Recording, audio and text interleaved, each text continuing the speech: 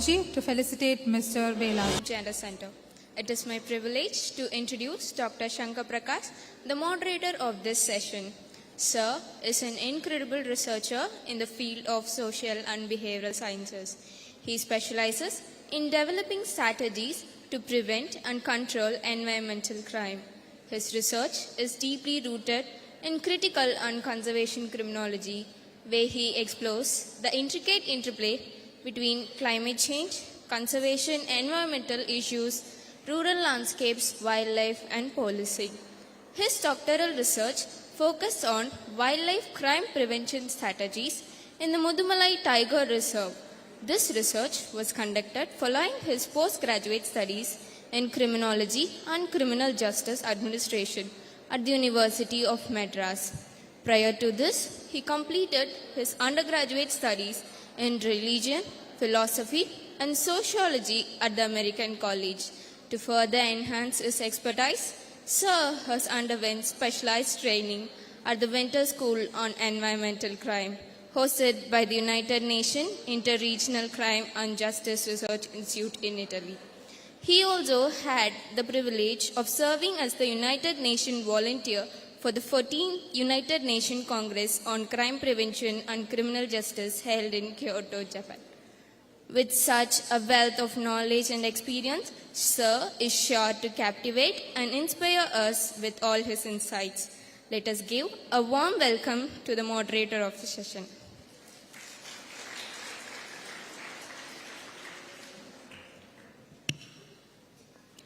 Good afternoon, everyone. This is Santo Maria, Vice President of Gender Center. I am very glad to introduce Mr. K. Kalidasan, the President of Osai Environmental Organization. Sir has worked as a member of Tiger Conservation Foundation, Annamalai Tiger Reserve, Research Advisory Group, Institute of Forest Genetics and Tree Breeding, Coimbatore, District Watershed Committee, Coimbatore, and Tamilnadu State Compensatory Afforestation on Fund Management and Planning Authority. Sir also holds the responsibility as a coordinator of Save Western Ghats Federation of Tamil Nadu and State Board for Wildlife. Sir has also been the coordinator of National Green Corps. His areas of interest include creating awareness on nature and forest conservation among people from various walks of life through meetings, workshops, and training programs. Sir supported more than 70 students for their successful completion of research work in various fields of environment, participated in more than 50 national and international conferences and seminars on nature and environment. Sir has also authored articles on environment in the leading Tamil magazines and newspapers. He was very instrumental in organizing several campaigns against various threats to our natural wealth. We are indeed privileged to have you with us here, sir.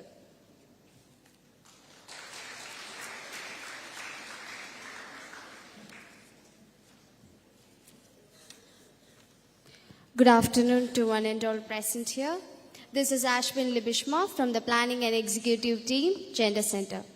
It is my honor and privilege to introduce to you today Dr. Velayudam, a remarkable individual and a renowned Siddha practitioner in Chennai.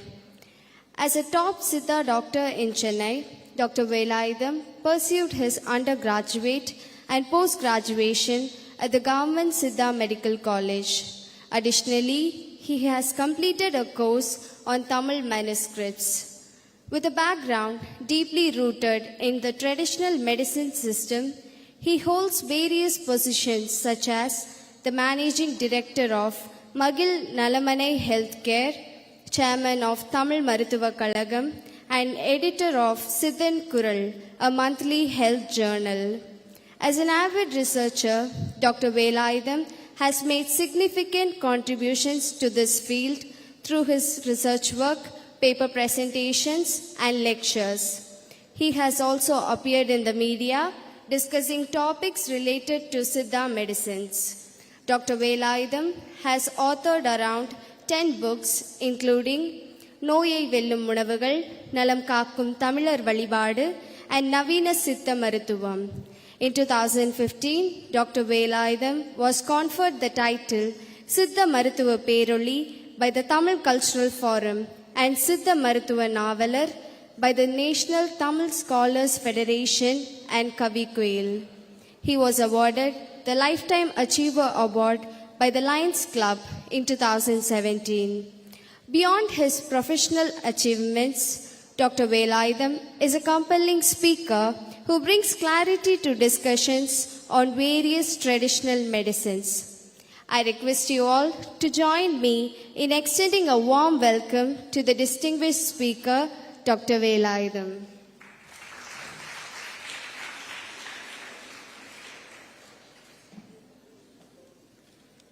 A very joyous afternoon to everyone present here. I'm Deepa, a member of the Gender Center, and today I'm privileged to introduce Dr. S.Janakarajan, who is the President, South Asia Consortium for Interdisciplinary Water Resources Studies, SaciWaters, Hyderabad. Formerly, he was a professor and director at Madras Institute of Development Studies, Chennai, India.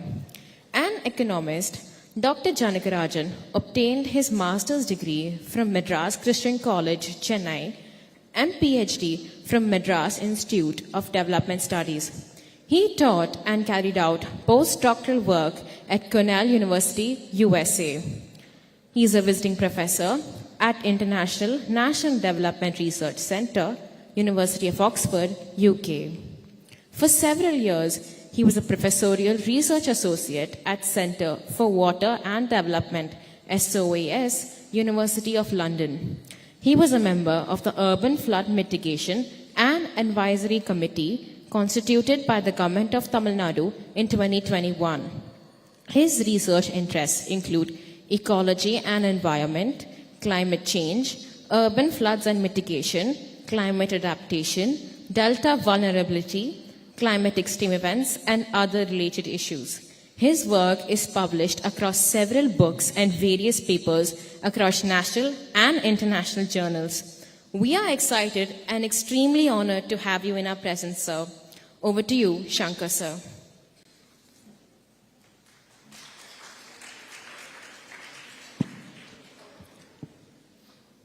அனைவருக்கும் இனிய மதிய வணக்கம். முதல்ல இந்த காலநிலை மாற்றம் தொடர்புடைய இந்த கருத்தரங்கத்தை ஒருங்கிணைத்த சமூகவியல் துறை ஸ்டெல்லா மேரிஸ் கல்லூரி சமூகவியல் துறைக்கும் பசுமை தாயத்திற்கும் என்னுடைய மனமார்ந்த நன்றியை தெரிவித்துக் கொள்கிறேன். இந்த பேனலோட டிஸ்கஷன் வந்து ரொம்ப முக்கியமான டிஸ்கஷன் நான் பார்க்குறேன். முக்கியமான காரணம் என்னன்னா, என்னோட ரிசர்ச் பேக்ரவுண்ட் வந்து என்விரான்மெண்டல் கிரைம், ஸ்பெஷலைசேஷன் வந்து wild life crime. Wild life கிரைமில் வந்து பிளான்ட் பிளைண்ட்னஸ் அப்படின்ற ஒரு கான்செப்ட் சொல்லுவோம். பொதுவாக வந்து வேட்டையாடுறதும் சரி, வனவிலங்குகள் கடத்தப்படுறதும் சரி, விலங்குகளை மட்டுமே வந்து மையப்படுத்தி தான் ஆராய்ச்சிகள் நிறையா பண்ணுவாங்க. ஸோ அதனால பிளான்ட் பிளைண்ட்னஸ் ஏன் சொல்கிறோன்னா, அந்த லெஷர் நோன் ஃப்ளோரல் ஸ்பீசிஸை பற்றி யாருமே படிக்க மாட்டாங்க. அதே மாதிரி தான் காலநிலை மாற்றம் தொடர்புடைய இந்த விவாதத்தில் கார்பன் தான் முக்கியமான இடத்த ஆக்கிரமிச்சிருக்கு. கார்பன் வெளியீட்டை குறைக்கணும், கார்பன் கேப்சர் பண்ணணும், அந்த மாதிரி விவாதங்கள் தான் பரவலாக வந்து நடந்துகிட்டு இருக்கு. அதனால தான் வந்து இப்போ கிரிட்டிக்கலாக கிளைமேட் சேஞ்ச் பற்றி பேசுகிற ஆராய்ச்சியாளர் என்ன சொல்கிறாங்கன்னா, there is a carbon tunnel vision among all the climate change related dialogue அப்படின்றாங்க. கார்பனை நோக்கி மட்டுமே நம்ம பார்க்க வேண்டிய அவசியம் இல்லை. கார்பன் ஒரு முக்கியமான காரணம் தான், காலநிலை மாற்றத்துக்கு கார்பன் வந்து ஒரு முக்கியமான காரணம். ஆனால் அதை தாண்டி biodiversity and wild life conservation, water conservation, இது வெட்லேண்ட் கன்சர்வேஷன், இந்த விஷயங்களை பற்றி நம்ம நிறைய பேச வேண்டிய தேவை இருக்கு. அந்த விதத்தில் இந்த பேனல் வந்து ஒரு முக்கியமான பேனலாக பார்க்குறேன். திரு ஓசை காளிதாசன் அவர்களோட பேச்சுகள் நான் நிறைய கேட்டிருக்கிறேன். வனவிலங்கு பாதுகாப்பு சம்பந்தமாக, மேற்கு தொடர்ச்சி மலைகள் பாதுகாப்பு சம்பந்தமாக நிறைய விஷயங்கள் பேசியிருக்கிறாரு. ஸோ அவரோட உரையாடல் வந்து இந்த காலநிலை மாற்றம் தொடர்புடைய இந்த விஷயத்துக்கு ஒரு முக்கியமான ஒரு வலு சேர்க்கும்னு பார்க்குறேன். அதே மாதிரி பேராசிரியர் ஜனகராஜன் அவர்களோட பல உரைகள் நான் கேட்டிருக்கிறேன். முக்கியமாக வந்து சென்னைக்கான கிளைமேட் ஆக்ஷன் பிளான் டெவலப் பண்ணுற ஸ்டேஜில் அவரோட நிறைய கான்ட்ரிபியூஷன்ஸ் இருக்குது. ஸோ அவர் வந்து ஒரு நீர் மேலாண்மை வல்லுநர். ஸோ அவரோட கான்ட்ரிபியூஷன் வந்து ரொம்ப முக்கியமானதை பார்க்குறேன். சித்த மருத்துவர் அவர் வந்து காலநிலை மாற்றம் தொடர்புடைய என்ன மாதிரி விஷயங்களை பேச போறாரு அப்படின்றத நம்ம பார்ப்போம். முதல்ல திரு ஓசை காளிதாசன் அவர்களை பேச வருமாறு அன்போடு அழைக்கிறேன்.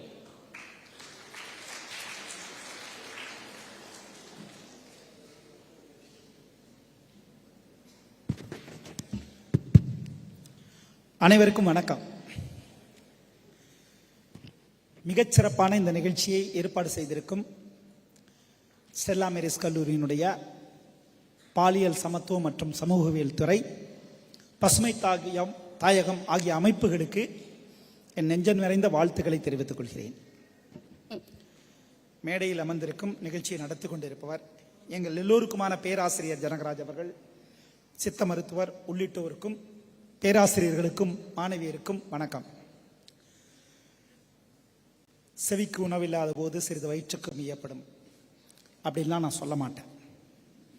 எனக்கு தெரியும், செவிக்கு உணவில்லை என்றால் சேதாரம் அதிகமில்லை, வயிற்றுக்கு உணவில்லை என்றால் வரலாறே திசை மாறும் என்று எனக்கு தெரியும். பசி நேரத்தில் நீங்கள் உட்கார்ந்துருக்கிறீங்க. எனக்கு பிறகு இன்னும் 2 பேர் பேச இருக்கிறாங்க.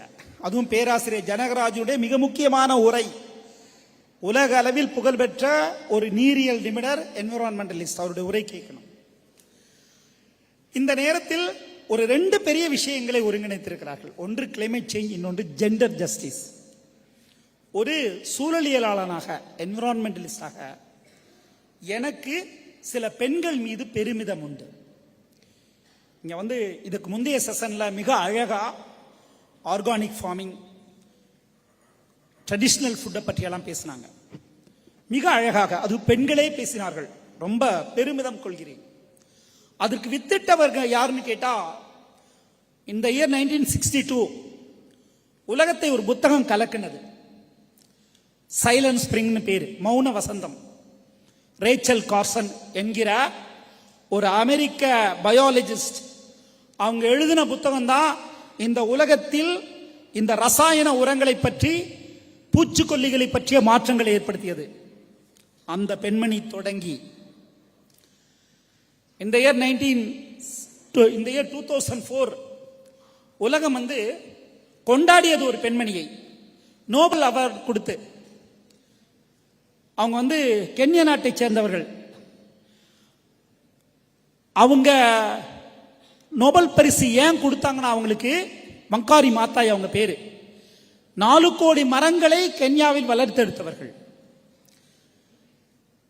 இந்தியாவுக்குள்ளார அந்த மௌன வசந்தம் போன்ற நூல்களை எல்லாம் மொழிபெயர்த்த வந்தனா சிவா.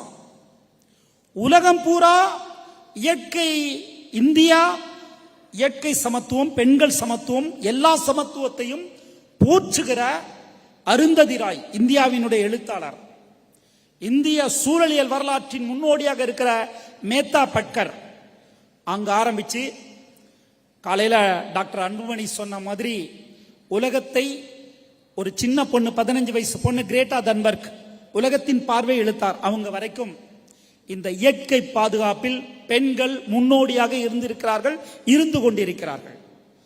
ஆகவே பெண்களையும் காலநிலை மாற்றத்தையும் ஒருங்கிணைக்கிற இந்த நிகழ்ச்சி மிக முக்கியமானதாக நான் கருதுகிறேன். இந்த கிளைமேட் சேஞ்ச் நீங்க எவ்வளவு பேரு இதை நீங்க இதற்கு முன்னாடி புரிஞ்சிருப்பீங்கன்னு எனக்கு தெரியாது. ஆனா எனக்கு பெரிய நம்பிக்கை இருக்கு. காலையில டாக்டர் அன்புமணி அவர்கள் மிக சிறப்பானது ஒரு பிரசன்டேஷன் கொடுத்தாங்க. அதை பற்றிய முழு வடிவத்தை கொடுத்தார். இதிலிருந்து நாம் புரிந்து கொள்ள வேண்டியது என்னன்னா, நான் உண்மையிலேயே இந்த கிளைமேட் ஜஸ்டிஸினுடைய முன்னணியில் இருக்கிற சஞ்சு அன்புமணி அவருடைய மகளுக்கு என்னுடைய சிறப்பான வாழ்த்துக்களை தெரிவிக்கணும். இந்த பிரச்சனையை நம்ம நீங்க காலையிலிருந்து பேசுறதுல இருந்து நீங்க ஒரு விஷயத்தை புரிஞ்சுக்கணும். உலகத்தில் நமக்கு எத்தனையோ பிரச்சனைகள் உண்டு. உலகம் பல பிரச்சனைகளை சந்தித்து கொண்டிருக்கு. நமக்கு தனிப்பட்ட முறையில் பிரச்சனை, நம்ம வீட்டு பிரச்சனை, நம்ம ஏரியா பிரச்சனை, நம்முடைய ஊர் பிரச்சனை, நம்ம மாநில பிரச்சனை, நாட்டு பிரச்சனை, எல்லா பிரச்சனைகளையும் முன்னிறுத்தி வைப்போம். ஆனால் இந்த பிரச்சனைகளை எல்லாம் கொஞ்சம் புறந்தள்ளிவிட்டு நமக்குள்ள இருக்கிற வேறுபாடுகள், சாதி வேறுபாடுகள், மத வேறுபாடுகள், அவற்றையெல்லாம் தள்ளி வச்சுட்டு முதன்மையாக பார்க்க வேண்டியது இந்த காலநிலை மாற்றத்தை பற்றிய விஷயங்களைத்தான். உங்களுக்கு தெரியும், ஸ்டீஃபன் ஹாக்கிங் உலக புகழ்பெற்ற அறிவியலாளர். அவர் எழுதிய the brief history of time, the brief answers for the big questions போன்ற நூல்கள்லாம் உலகில் அதிகம் விற்பனையாகிற அறிவியல் நூல். இந்த இயர் 2018 அவர் இறந்து போயிட்டாரு. அவர் இறப்பதற்கு சில ஆண்டுகளுக்கு முன்பாக ஒரு அறிக்கை வெளியிட்டார். அந்த அறிக்கை படித்த இரவு எனக்கு தூக்கம் வரல. என்ன சொன்னார்னா, இப்போது இருக்கிற இந்த நிலைமை அப்படியே நீடித்தால் இன்னும் 100 ஆண்டுகளில் இந்த பூமி மனிதர்கள் வாழ தகுதியற்றதாக மாறிவிடுமோ என்று பயப்படுகிறேன்னு அவர் சொன்னார். அவர் ஒன்றும் ஜோசியக்காரர் கிடையாது, ஸ்பேஸ் சயின்ஸ் பற்றிய அறிவியலாளர், பிளாக் ஹோல் பற்றிய அறிவியலை கொண்டு வந்தவர். 100 வருஷம்னா உங்க பேர குழந்தைகளுடைய காலம். இந்த பூமியில வாழ முடியாதுன்னா எங்க போறது? அப்படின்னா அந்த பூமியில என்ன நடக்குது? அததான் காலையில் அவர் ரொம்ப அழகா சொன்னார். இந்த ஒட்டுமொத்த புவிக்கோளம் பிரச்சனையில் இருக்குது. நாம திசை மாறி சாதி மதம் என்று ஓடிட்டு இருந்தோம்னா நம் பிள்ளைகள் நம்மை மன்னிக்காது. இது மேடை பேச்சு அல்ல. சோசியாலஜி டிபார்ட்மெண்ட் பசுமை தாயகம் நடத்துகிற ஒரு கூட்டத்துக்காக நீங்க உட்கார்ந்து இருக்கதா நினைக்காதீங்க. இது உங்கள் பிள்ளைகளின் எதிர்காலம் பற்றிய, வாழ்க்கை பற்றிய பிரச்சனை, சுற்றுச்சூழலை பற்றிய பிரச்சனை. அப்படிதான். உங்களுக்கு ஒரே ஒரு சின்ன செய்தி சொல்றேங்க. அடிக்கடி பேப்பர்ல படிப்போம், டெல்லியில பள்ளிக்கூடங்களுக்கெல்லாம் விடுமுறை, ஒர்க் ஃப்ரம் ஹோம், வாக்கிங் போகாதன்னு சொல்லிட்டாங்கன்ட்டு. நம்ம ஒரு சிரிச்சிருவோம், என்னடா வாழ்க்கை டெல்லியில காத்து கட்டு போச்சு. அவ்வளவுதான், காத்து கட்டு போச்சுன்னு டிவியில பார்த்தது மட்டும்தான் உணர்றோம். ஏன் கட்டு போச்சு? In what level it has been affected. Air quality இண்டெக்ஸ்னு ஒன்று இருக்குது. நீங்க காற்று அப்படின்னா நமக்கு எல்லாருக்கும் ஆயிரம் கனவுகள் உண்டு. எல்லாருக்கும் வாழ்க்கை பற்றிய கனவுகள் உண்டு. கனவுகளோடு தான் வாழ்றோம். நமக்கு கிடைக்குமோ கிடைக்காதையோ கனவு காண்றோம், ஆசைப்படுகிறோம். இந்த கனவு ஆசை எல்லாத்துக்கும் நம்ம வாழணும். வாழ்றதுக்கு என்ன வேணும்? நான் ஆசைப்படுறதெல்லாம் வேற, ஆனா அதுக்கு நான் உயிரோடு இருக்கணும்.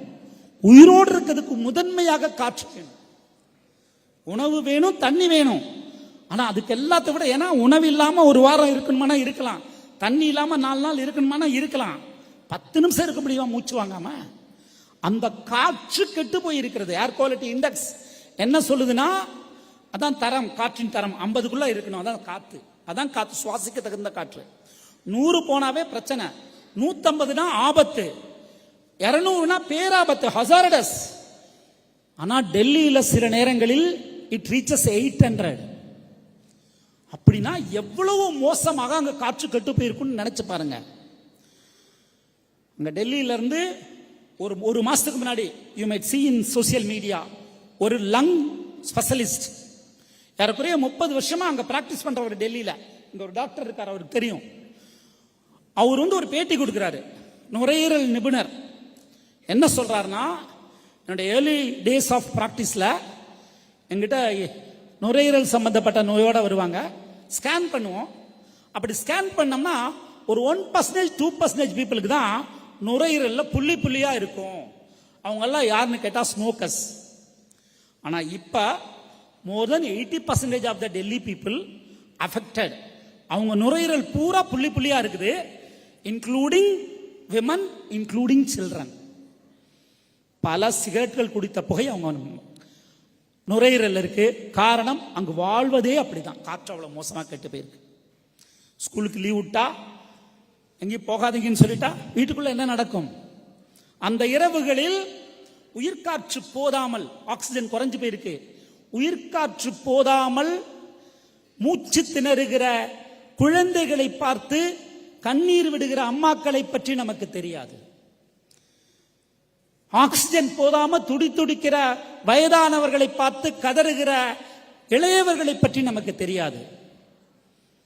இன்னைக்கு டெல்லியில நடக்குது, நாளைக்கு நம்ம ஊருக்கும் வந்துடுச்சுன்னா நம்ம சேர்த்து வைக்கிற சொத்து, நம்ம கொடுத்திருக்கிற படிப்பு மட்டுமே நம்மையும் நம் பிள்ளைகளையும் வாழ வைத்து விடுமா? இந்த கேள்விக்கு பதில் தேடணும். இது வாழ்க்கை. அதுதான் இந்த கூட்டத்தினுடைய நோக்கம். இதில் தான் எனக்கு ஒரு தலைப்பு கொடுத்திருக்கிறாங்க, மேற்கு தொடர்ச்சி மலையும் இந்த காலநிலை மாற்றமும். காலநிலை மாற்றம் பேராபத்தானது, விரைந்து தடுக்கணும். தடுக்க முடியுமான ஒரு கேள்வி பயமுறுத்துறாங்க. ஆனா ஒரே ஒரு நம்பிக்கை தான் இருக்குது, இங்க முன்னாடி இருக்கிறீங்களே, நீங்க மனசு வச்சா மட்டும்தான் அதை தடுக்க முடியும். மற்றவங்க எல்லாம் வெஸ்டட் இன்ட்ரெஸ்ட் பீப்புள். நான்லாம் குற்ற உணர்வோடு தான் உங்க முன்னாடி பேசுறேன். உங்களை மாதிரி இருக்கும்போது நான்லாம் இந்த வேலையை செஞ்சிருக்கணும், செய்யல. இன்னைக்கு உங்களை எல்லாம் முட்டுச்சந்தில நிறுத்தி வச்சிருக்கிறோம். வெளியே வந்தாகணும். நீங்க வரணுங்கிற செய்தியா நம்ம எல்லோரும் எல்லா வேலைகளையும் புறக்கணித்து விட்டு எல்லா நமக்கான வேலைகளை நம்ம செய்யணும். நீங்க நல்லா படிக்கணும், நல்ல வேலைக்கு போகணும், உயர்ந்த இடத்துக்கு போகணும். அதுதான் உங்கள் பெற்றோருடைய ஆசை, உங்கள் ஆசை, அது போகணும். ஆனா எங்க போனாலும் இந்த வேலையை விட்டுறக்கூடாது.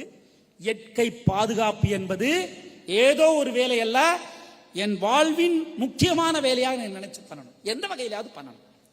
இந்த தலைப்புக்குள்ளார நான் வரணும். ஏன்னா அவர் ரொம்ப அழகா ஒரு இன்ட்ரடக்ஷன் கொடுத்தாரு உயிர் சூழலை பற்றி. நமக்கு முதல்ல ஒரு புரிதல் வேணும். இந்த பூமியில் ஆபத்து இருக்குதுன்னா, பூமிக்கு பிரச்சனை, நமக்கு என்ன, நம்ம ஏன் கவலைப்படணும்னு யார் சொல்லுவா? இந்த பூமிக்கு பிரச்சனை, நமக்கு ஏன் கவலைப்படணும் யார் சொல்லலாம்னு கேட்டா, சார் எனக்கு வேற பூமி இருக்கு சார், நாங்க போய்க்குவேன், நீங்க உங்க பூமியை பத்தி பேசுங்க அப்படின்னு யாராவது சொல்றாங்கன்னா அவங்க பண்ணிக்கலாம். நமக்கு இருக்கிற ஒரே பூமி தான். இந்த பூமிக்கு ஒரு பேர் இருக்கு, உங்களுக்கு தெரியும், பயோஸ்பியர்னு பேர். நமக்கு தெரியும் இந்த சோலார் சிஸ்டம், நான் படிக்கும்போது ஒரு 9 பிளானட், இப்ப 8 பிளானட். எங்கேயாவது உயிர் இருக்கா? இல்ல. சோலார் சிஸ்டம் எல்லாம் சேர்ந்த கேலக்சி, லட்சக்கணக்கான சோலார் சிஸ்டம், பிளானட்டரி சிஸ்டம் சேர்ந்த கேலக்சி, எங்காவது உயிர் இருக்கா? இல்ல. கோடிக்கணக்கான கேலக்சி சேர்ந்த யூனிவர்ஸ், பிரபஞ்சம், பேரண்டம், எல்லைகள் அற்றது, எங்காவது லைஃப்ஸ் இருக்குதா? தேடுறாங்க. ஹைபோதிகேஷன். இந்த நொடி வரைக்கும் there is no evidence of life other than the earth. This is the only living planet. முதல்ல அதை புரிஞ்சுக்கணும். இந்த பூமியில மட்டும்தான் வாழ்க்கை சாத்தியம். அப்படின்னா அந்த பூமியே பிரச்சனையில் இருக்கு. அதான் பெரிய பிரச்சனை. சிஓபின்னு காலையில் அன்புமணி சொன்னாருங்களா, ஒவ்வொரு வருஷமும் உட்கார்ந்து பேசுறாங்க. உலக அறிவியலாளர்கள் பயமுறுத்துறாங்க, என்விரான்மெண்டலிஸ்ட் அல்ல. உலக அறிவியலாளர்கள் இந்த பூமி இவ்வளவு பெரிய ஆபத்தில் போயிருக்குன்னு சொன்னாங்க. அப்படிதான் ஸ்டீஃபன் ஹாக்கின் சொன்னாரு. இப்போ இந்த பிரச்சனையில இந்த பிரச்சனையை, இந்த பூமி மட்டும்தான் உயிர் இருக்குதுன்னா எவ்வளவு உயிர் இருக்குது? இந்த பூமிக்கு ஏன் உயிர் வந்தது? அழகா காலையில் அன்புமணி அவர் அழகா சொன்னாரு. இந்த பூமியினுடைய அட்மாஸ்பியர் மிக முக்கியமானது. அதுல எவ்வளவு கிரீன் ஹவுஸ் கேசஸ், அது ஹீட்டை எவ்வளவு தூரம் சன்லைட்டை தேக்கி வைக்கும், எவ்வளவு தூரம் எமிட் பண்ணும், அதை ஒழுங்கா பண்ணுச்சு. அளவான கிரீன் ஹவுஸ் கேசஸ், அளவான சன்லைட் அங்க தேக்கி வச்சதுனால தான் இந்த பூமிக்கு ஒரு இதமான வெப்பநிலை உருவானது. அந்த இதமான வெப்பநிலை தான் இந்த பூமியில் உயிர்கள் வாழ சாத்தியமானது. அந்த அட்மாஸ்பியர் தான் இப்ப பாதிக்கப்பட்டிருக்கு. Due to 150 years of unethics development. நம்முடைய கார்பன் எமிஷன், நம்ம ஓட்டுற வண்டி, நம்ம வீட்டில் எறிகிற லைட்டு, நம்ம தொழிற்சாலை வெளியேற இந்த ஆபத்தான carbon and other green house cases இந்த பூமியில சேர்ந்து சேர்ந்து இந்த பூமியை சூடாக்கிட்டு இருக்கு. அதனுடைய விளைவுகளை தான் காலையில் அந்த பிரசன்டேஷன்ல பார்த்தோம். இதை எங்காவது ஒரு இடத்துல தடுத்து நிறுத்தணும். அதுலதான் இந்த உயிர் சூழல். இந்த பூமியில உயிர்கள் இருக்குன்னு நமக்கு தெரியும். எவ்வளவு உயிர் இருக்குது? நம்முடைய மக்கள் தொகை 8 பில்லியன் 800 கோடி. அவ்வளவு பேர் தான் அந்த பூமியில. அவ்வளவுதான் உயிரா? இல்ல. எவ்வளவு உயிர் இருக்குன்னு யாரும் சொல்ல முடியல. எஸ்டிமேஷன் தான் 3 to 30 பில்லியன் ஸ்பீசிஸ். 8 லட்சத்து 3 லட்சத்திலிருந்து 30 லட்சத்திலிருந்து 3 கோடி வகையான உயிர்கள் இந்த பூமியில இருக்கு. அதுல ஒரு உயிர் தான் மனிதர்கள். நாம இல்லாம பிற உயிர்கள் இந்த பூமியில இருக்குது. முதல்ல அதை ஒத்துக்கணும். லட்சக்கணக்கான உயிர்கள் இந்த பூமியில இருக்குது, அதை ஒத்துக்கணும். அந்த உயிர்களுக்கு நமக்கும் என்ன உறவு? இந்த பூமியினுடைய வயசை 460 கோடி ஆண்டுகள்னு கணிக்கிறாங்க. இன்னைக்கு 40 கோடி வருஷத்துக்கு முன்னாடியே இந்த பூமியில பூச்சிகள் இருந்திருக்கு. 30 கோடி வருஷத்துக்கு முன்னாடி ரெப்டைல்ஸ், பாம்பு பள்ளி இருந்திருக்கு. 20 கோடி வருஷத்துக்கு முன்னாடி மேமல்ஸ் இருக்கு, வேற மேமல்ஸ். 15 கோடி வருஷத்துக்கு முன்னாடி பறவைகள் இந்த பூமியில இருந்திருக்கு. நாம எப்ப இந்த பூமியில இருக்கிறோம்? இந்த ஹோமோசேப்பியன் என்று சொல்லக்கூடிய நவீன மனிதர்கள் 2 லட்சத்திலிருந்து 3 லட்சம் வருஷமா தான் இந்த பூமியில இருக்கிறோம். பறவைகள் 10 கோடி வருஷமா இருக்குது, 15 கோடி வருஷமா இருக்குது. பூச்சிகள் 40 கோடி வருஷமா இருக்குது. நம்ம 2 லட்சம் வருஷமா தான் பூமியில இருக்கோம்னா, முந்தானே இந்த பூமிக்கு வந்தவங்க நாம. அதை முதல்ல புரிஞ்சுக்கணும். அதனாலதான் டாக்டர் சாலிம் அலி போன்ற அறிவியலாளர்கள் என்ன சொல்றாங்கன்னா, நாம் இல்லாத உலகத்தில் பறவைகள், விலங்குகள், மற்ற உயிர்கள் வாழும், அவை இல்லாத உலகத்தில் நம்மால் வாழ முடியாதுன்றாங்க. ஏன்னா நாம் இல்லாத இந்த புவிக்கோளத்தில் அவை பல லட்சம் ஆண்டுகள், பல கோடி ஆண்டுகள் வாழ்ந்திருக்கின்றன. அவை வாழும். அவை இல்லாத உலகத்தில் நம்மால் வாழ முடியுமா? இந்த கேள்வி, நாம தானே அறிவியலின் உச்சத்தில் இருக்கிறோம். உங்களோட பேசும்போது காலையில் கொஞ்சம் பேர் கேள்வி எல்லாம் கேட்டாங்க. கேள்விக்கு பதில் சொல்லலைன்னு உங்களுக்கு தெரியலன்னு நாங்க தப்பா நினைச்சிட்டோம்னா நாங்க ஆபத்தானவர்கள். ஏன்னா எனக்கு தெரியும், யூ ஆர் 2K கிட்ஸ். இந்த மேடையில் என்ன பேசினாலும் அடுத்த 2 செகண்ட்ல தட்டி அவர் உளறி இருக்கார் பாரு, இதுதான் உண்மைன்னு நீங்க சொல்லிடுவீங்க. You are in the era of communication. எங்களுக்கு தெரியும் உங்களோட பேசும்போது எவ்வளவு பயத்தோடு ஜாக்கிரதையோட பேசணும்னு எங்களுக்கு தெரியும். ஆனா ஒண்ணு மட்டும் வச்சுருங்க, நாங்க பேசுறதுல பிழை இருக்கலாம், நாங்க பேசுறதுல டேட்டா மிஸ்டேக் இருக்கலாம், ஆனா ஒரு அக்கறை இருக்குது. அந்த அக்கறை உங்கள் மீதும் உங்கள் பிள்ளைகள் மீதும். இந்த அக்கறை நீங்க அப்படியே கன்வே பண்ணணும் இந்த சமூகத்திற்கு. அதான் இந்த கூட்டத்தினுடைய நோக்கம். அதுலதான் இந்த உயிர் சூழல்ல எப்படி நாம அறிவியல் உச்சத்தில் இருக்கோம், சயின்ஸ் அண்ட் டெக்னாலஜில அவ்வளவு உயரத்தில் இருக்கும். 10,000 வருஷத்துக்கு முன்னாடி ஒரு மான் எப்படி இருந்துச்சோ அப்படிதான் மான் இருக்குது. 10,000 வருஷத்துக்கு முன்னாடி ஒரு எறும்பு இருந்துச்சு, அப்படிதான் எறும்பு இருக்குது. 10,000 வருஷத்துக்கு முன்னாடி யானை எப்படி இருந்துச்சு இப்படிதான் இப்ப இருக்கு. ஆனா நாம 200 வருஷத்துக்கு முன்னாடி இந்த ஊர்ல வாழ்ந்த ஒருத்தர் திரும்ப உயிர் பிச்சை காட்டினோன்னு இது வேற உலகம்னு சொல்லிடுவார். அப்படி நம்ம மாறி இருக்கோம். அத்தனை மாற்றங்களை அடைந்திருக்கிற நாம பெரிய ஆட்கள், நாம எப்படி மற்ற உயிர் இல்லைன்னா வாழ முடியாது? இந்த கேள்விக்கு தேடும் போதுதான் எல்லாத்தையும் பத்தி பேசணும்னா அதுக்கே ஒரு கான்ஃபரன்ஸ் பண்ணும். சின்ன உதாரணம் சொல்றேன். மைக்ரோ ஆர்கானிசம், நுண்ணுயிர். ஒரு நுண்ணுயிர் இந்த பூமியில இல்லைன்னா என்ன ஆகும்? மைக்ரோபயாலஜி படிக்கிறவங்களை கூப்பிட்டோம்னா 2 மணி நேரம் கிளாஸ் எடுத்துருவாங்க. நான் முதல்ல சொன்னேன், நமக்கு காற்று முக்கியம்னு சொன்னேன், ஆக்சிஜன் முக்கியம், அதான் வாழ்க்கைக்கு முதன்மையானது. காற்று எங்கிருந்து வருது? எல்லாரும் பதில் சொல்லுவோம், மரத்திலிருந்து வருது. மரம் காற்றை உற்பத்தி செய்கிறது. மரம் வளர்க்கணும், அது ரொம்ப முதன்மையானதுதான்.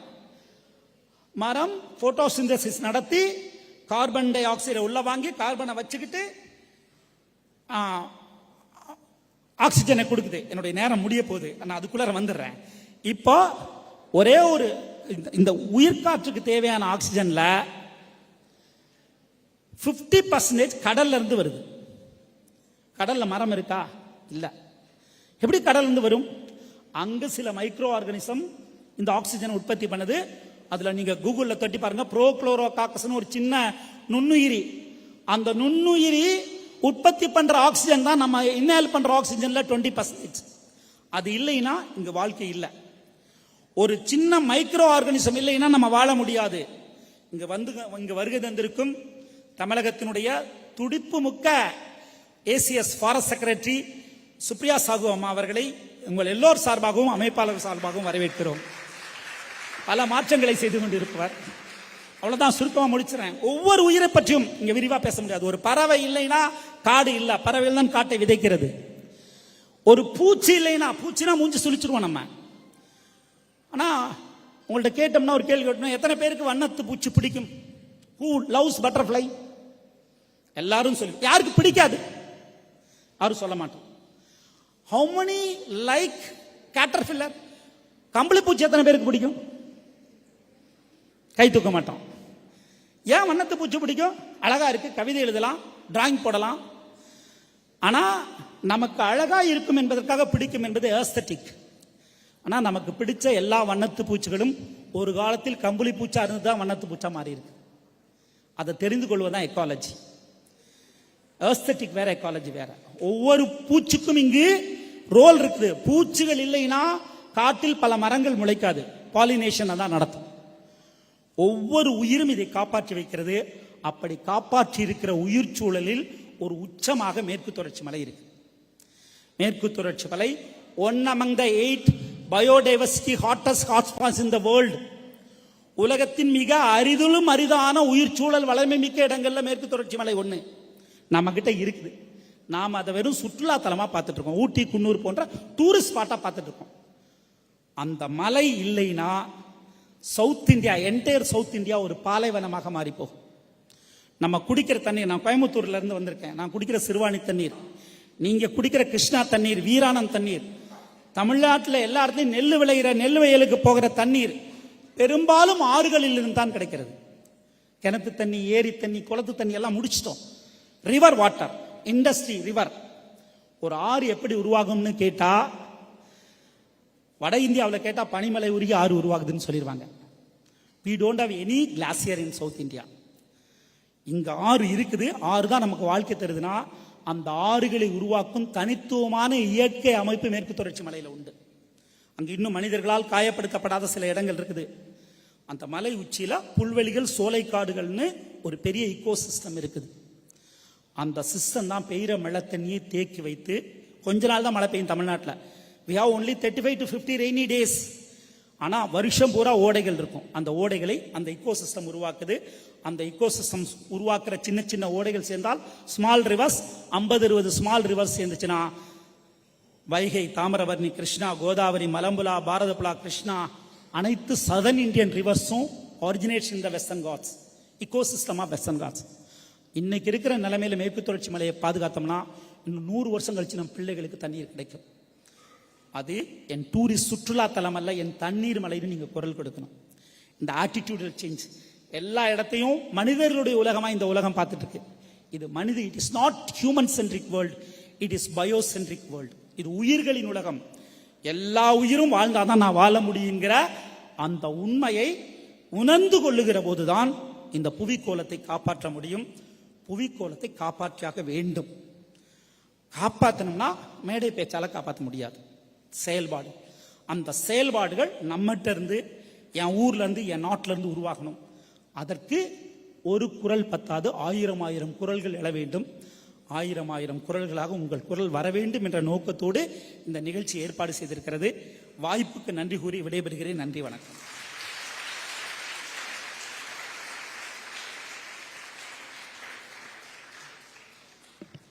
ஸோ ஒரு நிகழ்ச்சியில் ஒரு சிறிய மாற்றம், ஒரு நேர்மைக்கானமாக இந்த செஷன் வந்து அடுத்து கண்டினியூ பண்ணுவோம்.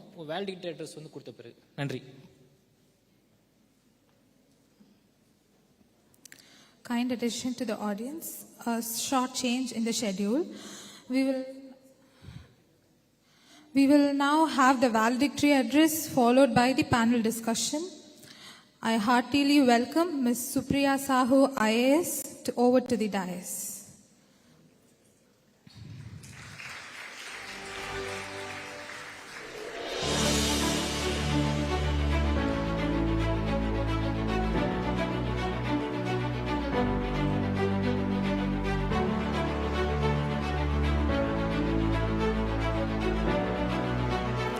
Call upon Dr. Sowmiya Anbumani to felicitate our valedictory speaker, esteemed IAS officer Ms. Supriya will now introduce Supriya Sahu ma'am for the valedictory address.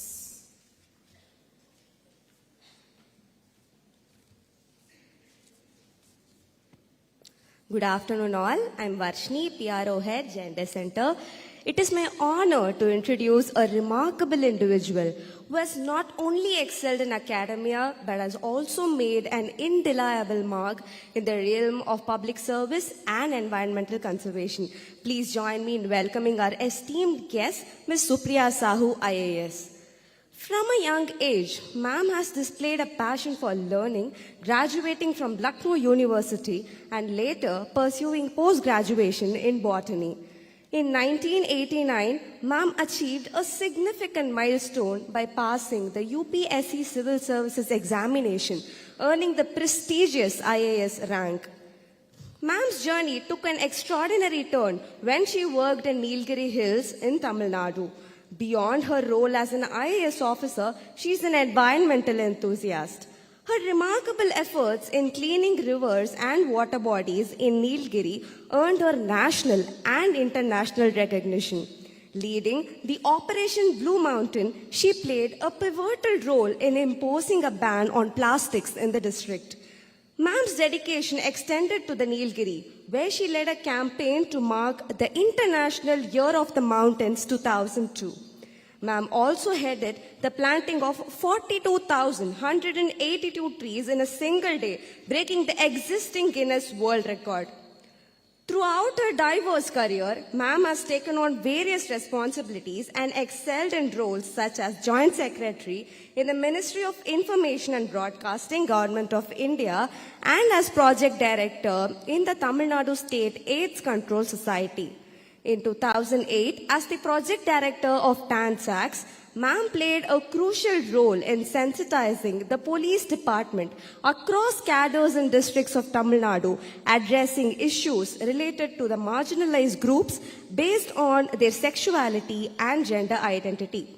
Credited with shaping the community radio movement in the country, ma'am ensured its inclusion in the 12th five-year plan. Her leadership as the Director General of Doordarshan witnessed the final revenue surpassing the annual target. As the Managing Director of INCOSERV, ma'am transformed cooperatives, enhancing income of tea growers, benefiting nearly 30,000 small tea growers, receiving an all-time high prize for green leaves in the year 2020. Currently holding the position of Additional Chief Secretary in the Department of Environment, Climate Change and Forests, ma'am continues to make a lasting impact. After the prohibition on plastic bags usage in Tamilnadu, she initiated the Meendum Manjapai campaign, encouraging the use of cloth bags. Ma'am, I stand here deeply moved by a profound impact on your remarkable journey, which resonates personally with many of our students here at the Department of Sociology who aspire to emulate your footsteps as civil servants. With much warmth and admiration, may we please welcome Ms. Supriya Sahu IAS to the stage with a round of applause.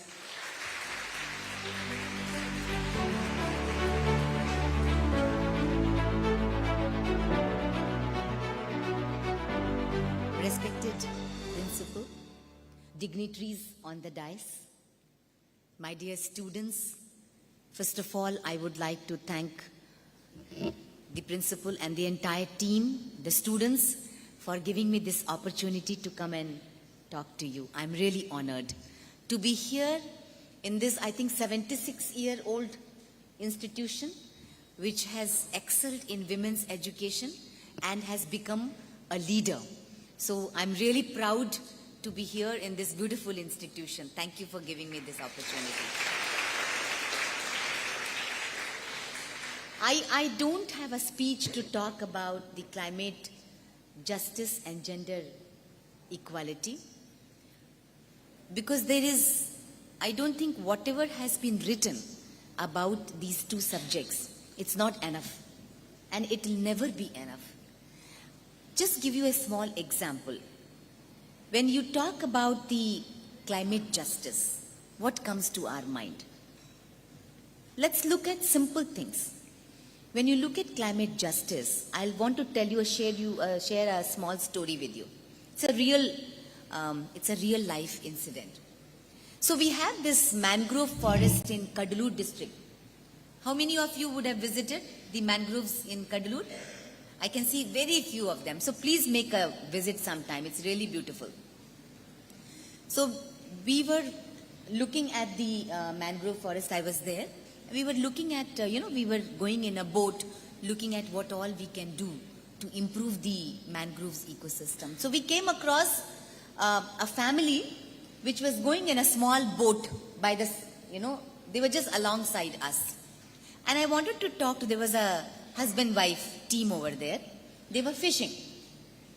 So I asked them, நீங்க எத்தனை வருஷமா இங்க இருக்கீங்க, என்ன பண்ணிட்டு இருக்கீங்க? And அவங்க சொன்னாங்க, நாங்க வந்து ரொம்ப காலமா இங்க தான் இருக்கோம், இதுதான் நம்மளோட ஊர் இருக்கு.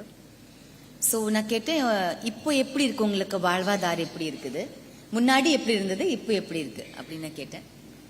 So they told me, முன்னாடி வந்து நாங்க ஜஸ்ட் ஒரு 1 ஹவருக்கு தான் இந்த ஆக்டிவிட்டிக்கு வருவோம், ஃபிஷிங்க்கு வருவோம். இப்போ 1 ஹவர்ல ஃபுல் டே ஒர்க்குக்கு நமக்கு வந்து சேல் பண்றதுக்கு நிறைய ஆயிடும். நண்டு, fishes, whatever they wanted to have, prawns, shrimp, whatever. They could gather in 1 hour and go. But today, they are working hard for the whole day. But they are still struggling to get that sufficient quantity. So அப்படி பார்க்கும்போது நாங்க நிறைய progress பண்ணிருக்கோம். But when it comes to the justice, that part, the climate justice part, you will see the impact. So the same family which used to earn good amount of money is not able to make it now. Why? Because the quality of water is deteriorating. So the amount of fish, quantity of fish that used to be there, it has come down drastically. So what happens is, simple term le understand pannanona, this is what it is. The climate is not impacting everybody equally. நமக்கு வந்து நிறைய பிரச்சனைகள், நம்ம இது temperature ரொம்ப ஜாஸ்தி இருக்குன்னா நம்ம ஏசி ரூம்ல உட்காரலாம். But when it comes to poor people, even when the temperature is going up because of the climate change, they still have to work in the same heat. Am I right? Do you understand? So to me, this is what is the gap. So when climate is impacting everybody, the entire state badly, the impact should not be felt badly only for few people. There should be no inequality there. And that is where the role of government comes in. That is where the government has to provide one enabling environment to make sure that when the climate is changing, it should not be changing for only one particular sector. For example, there are many areas in our country, isn't it, where women only do all the hard work of collecting water. நீங்க பார்த்திருக்கீங்க இல்லையா, நிறைய பேர் பார்த்திருப்பீங்க. They always carry this water in many states. Let's not take the names of the states, but in many states they bear the burden of water supply to the family. Correct? Am I right? Do you agree with me? You will find 5-6 pots of water they will balance on their head. And ரொம்ப தூரமா நடப்பாங்க. Sometimes even 5-6 kilometers போயிட்டு அதுக்கப்புறமா தான் 2-3 pots of water கொண்டு வந்துட்டு ஃபேமிலிக்கு வந்து ஹெல்ப் பண்ணுவாங்க. What is the climate change doing? முன்னாடி ஒரு 5 கிலோமீட்டர் வாக் பண்ணும்போது ஒரு வெல்ல தண்ணி இருக்கும். இப்போ ஒரு 10 கிலோமீட்டர் வாக் பண்ணாதான் தண்ணி கிடைக்குது. You understand what I'm trying to tell you? So, who is getting impacted badly by the climate change? Who? It's women. Always. That is when I must congratulate you and appreciate all of you for organizing this conference, because we need to talk about it. Climate is impacting everybody, but it is climate is impacting women much more adversely, and vulnerable communities much more adversely than it is impacting others. So what we need to, what is the solution? What should we be doing? As a government, what should we be doing? As a community, what we should be doing? As an NGO, what we should be doing? As a student, what can you do? There is a lot that we can do. There are many things that we can do. What we are doing as a government. So government's role is basically to make policies in such a fashion that இந்த மாதிரி ஒரு divide create ஆகுது இல்லையா, இந்த divide வந்து bridge ஆகணும். இது இருக்கக்கூடாது அப்படின்னு நம்ம வந்து ஒரு பாலிசி ஃப்ரேம் பண்ணணும். I am very happy to share 2 things with you, because நிறைய பேசினா நிறைய பேருக்கு வந்து அது புரியாது. It's a very difficult subject, but what is it that we are doing, I'll share with you. Role of young people as a youth, as a young person. எல்லாருக்கும் ஒரு urge இருக்குது உங்களுக்கு. You have that desire, you have that passion as a student. So we wanted to tap that energy in the government of Tamilnadu. So நாங்க ஒரு program launch பண்ணிருக்கோம், that is called as the Green Fellowship Program. What is that program? So Green Fellowship Program is a program, it's an Honorable Chief Minister's program of Tamil Nadu, where we have taken 40 young people. 40 பேர் select பண்ணிருக்கோம். அண்ணா யூனிவர்சிட்டியோட partner பண்ணிட்டு 40 பேர் select பண்ணிட்டு அவங்களுக்கு வந்து we are giving 75,000 rupees stipend per month, and one person has been posted in one district to work with the district collector. And இது வந்து it's a period of 2 years in the fellowship. It's for a period of 2 years. And you know the best thing, at the end of 2 years, you also get a degree in, you get not a degree, you get a diploma in sustainability. So what we are trying to create, ஒரு 2 வருஷத்துக்கு அப்புறமா ஒரு 40 young people, men and women, ஒரு green thinking ஓட நமக்கு வந்து இருப்பாங்க. they are the people who can drive the change. They can think about the gender justice, inequality.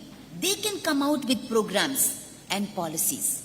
Therefore, nama policies vande ready pannambode, we have to make sure how do we get young people, especially women, and how do we make sure that women who are very badly impacted, avanglude and the kashtangal vande, inno konjam, we should be trying to bring it down. It is same thing for collection of firewood, water, and also equal opportunity in policy making. So that's a very, an important thing. So I wanted to tell you about this initiative. You must have this vision to participate in this fellowship. It will open another 6 or 7 months time. We plan to open it for another 40 students. And we want to create a momentum in Tamilnadu. So, ஒவ்வொரு காலேஜில் இருந்து நீங்க படிச்சு முடிச்சிற பிறகு post கிராஜுவேஷனுக்கு அப்புறமா நீங்க இதுல participate பண்ணலாம். So this is something it is relevant to you. So I wanted to share with all of you. About Mindum Manjapai campaign. என்னோட இன்ட்ரோடக்ஷன் பார்ட்ல நீங்க சொன்னீங்க Honorable Chief Minister இது வந்து ஆல்மோஸ்ட் கிட்டத்தட்ட ஒரு 2 வருஷத்துக்கு முன்னாடி லான்ச் பண்ணாங்க. All of you know the problem with the plastic pollution. But do you know that this also impacts women very badly? Apart from the fact that it is impacting the environment, it is harming the environment, it is impacting women in a very, in a subtle way, but in a very significant way. Again, what is happening? Plastic nariya in the water bodies la irukradanaala, the water bodies are getting choked and polluted. And again, it's the women who actually fetch water for the family. So you will find that they find it difficult, they find it hard, they have to collect polluted water.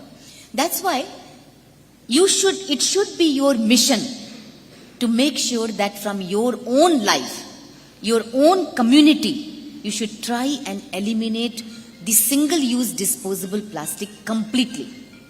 What can you do as a student? I said, what can the government do? So I gave you an example of government can make policies, government can make sure that women don't have to walk for so many kilometers to collect water. Government can make sure that pollution is stopped in the water bodies.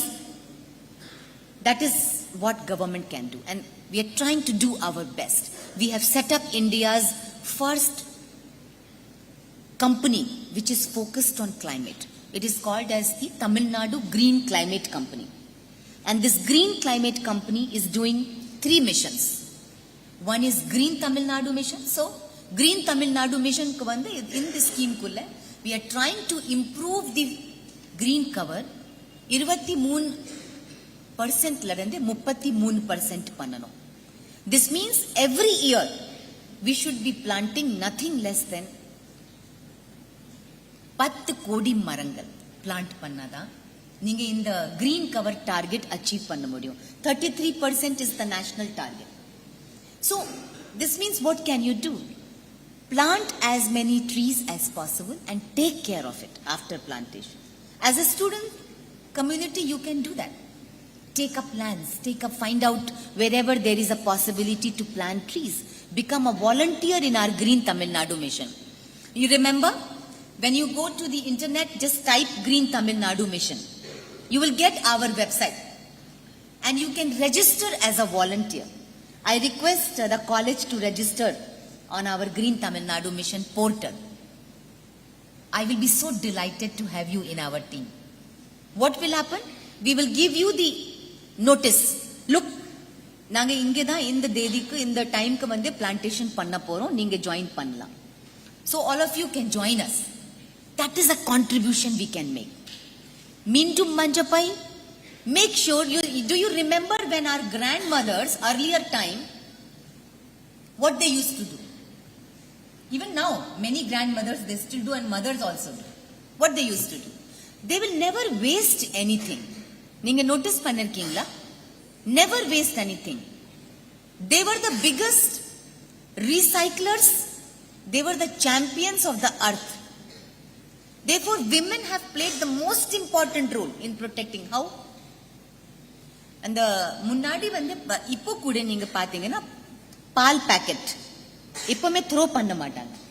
They will always roll it, keep it and they will recycle it. Am I right? Newspaper, even குப்பை முன்னாடி நீங்க பாத்தீங்கன்னா நிறைய வருஷத்துக்கு முன்னாடி no குப்பை will be thrown. They will compost it, they will use it within the plants, they will use it. What has happened now? Why we have become slaves of plastic? ஒரு 20 வருஷத்துக்கு முன்னாடி பிளாஸ்டிக் இல்ல, அப்போ நாங்க வாழலையா? Did not we live? We lived, no? And we lived in a much better way. Our environment was much better. So the time has come, each one of you be a champion and you can do a lot. If you stop the wastage of food, if you tell your family that we will not use any disposable plastic, make sure that our beaches are clean and nobody throws anything on the beach. Every week, a study has shown that every week, a credit card worth of plastic we are eating. It's there in the air, it's there in the water, it's there in our food. Every year. And every second, UNEP says that every 1 second, 1 lorry load of plastic is being dumped into the ocean. Every second. This is just an estimation, it can be more. So in the fishes, turtles, sea biodiversity, oceanic biodiversity. So my request to each one of you, be a crusader. Think about the ways that you can change the society. We can do a lot. As a community, as a government, as a student leader, we can definitely do a lot. Because the power is with you. You are very, very powerful. Read all the stories and you will be amazed. All the changes in the world are brought by young people. So you have lot of power, lot of energy. I don't think I have much to speak. I just wanted to tell you that when it comes to climate justice, I was talking to some of those very dynamic student leaders who came to invite me, and I was really impressed to see that the justice is not for, only for men or a women. It's for all genders and also for animals and also for our planet. And that's why each one of you can make a very big change. So be a volunteer, do whatever you can do, and I think many of you have the potential to lead us into the future. Thank you very much again for giving me this opportunity.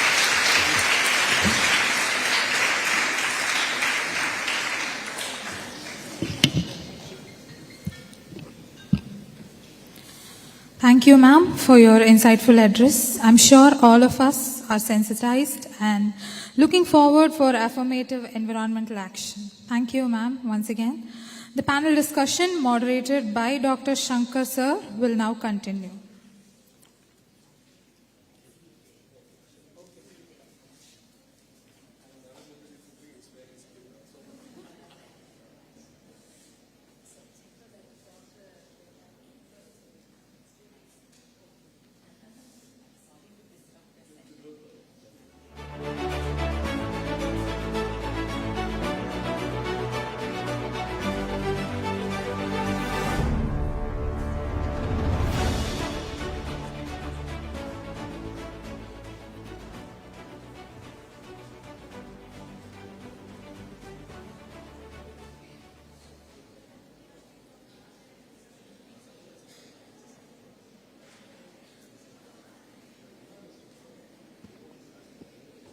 பேராசிரியர் ஜனகராஜன் அவர்களை பேச வருமாறு அன்போடு அழைக்கிறேன்.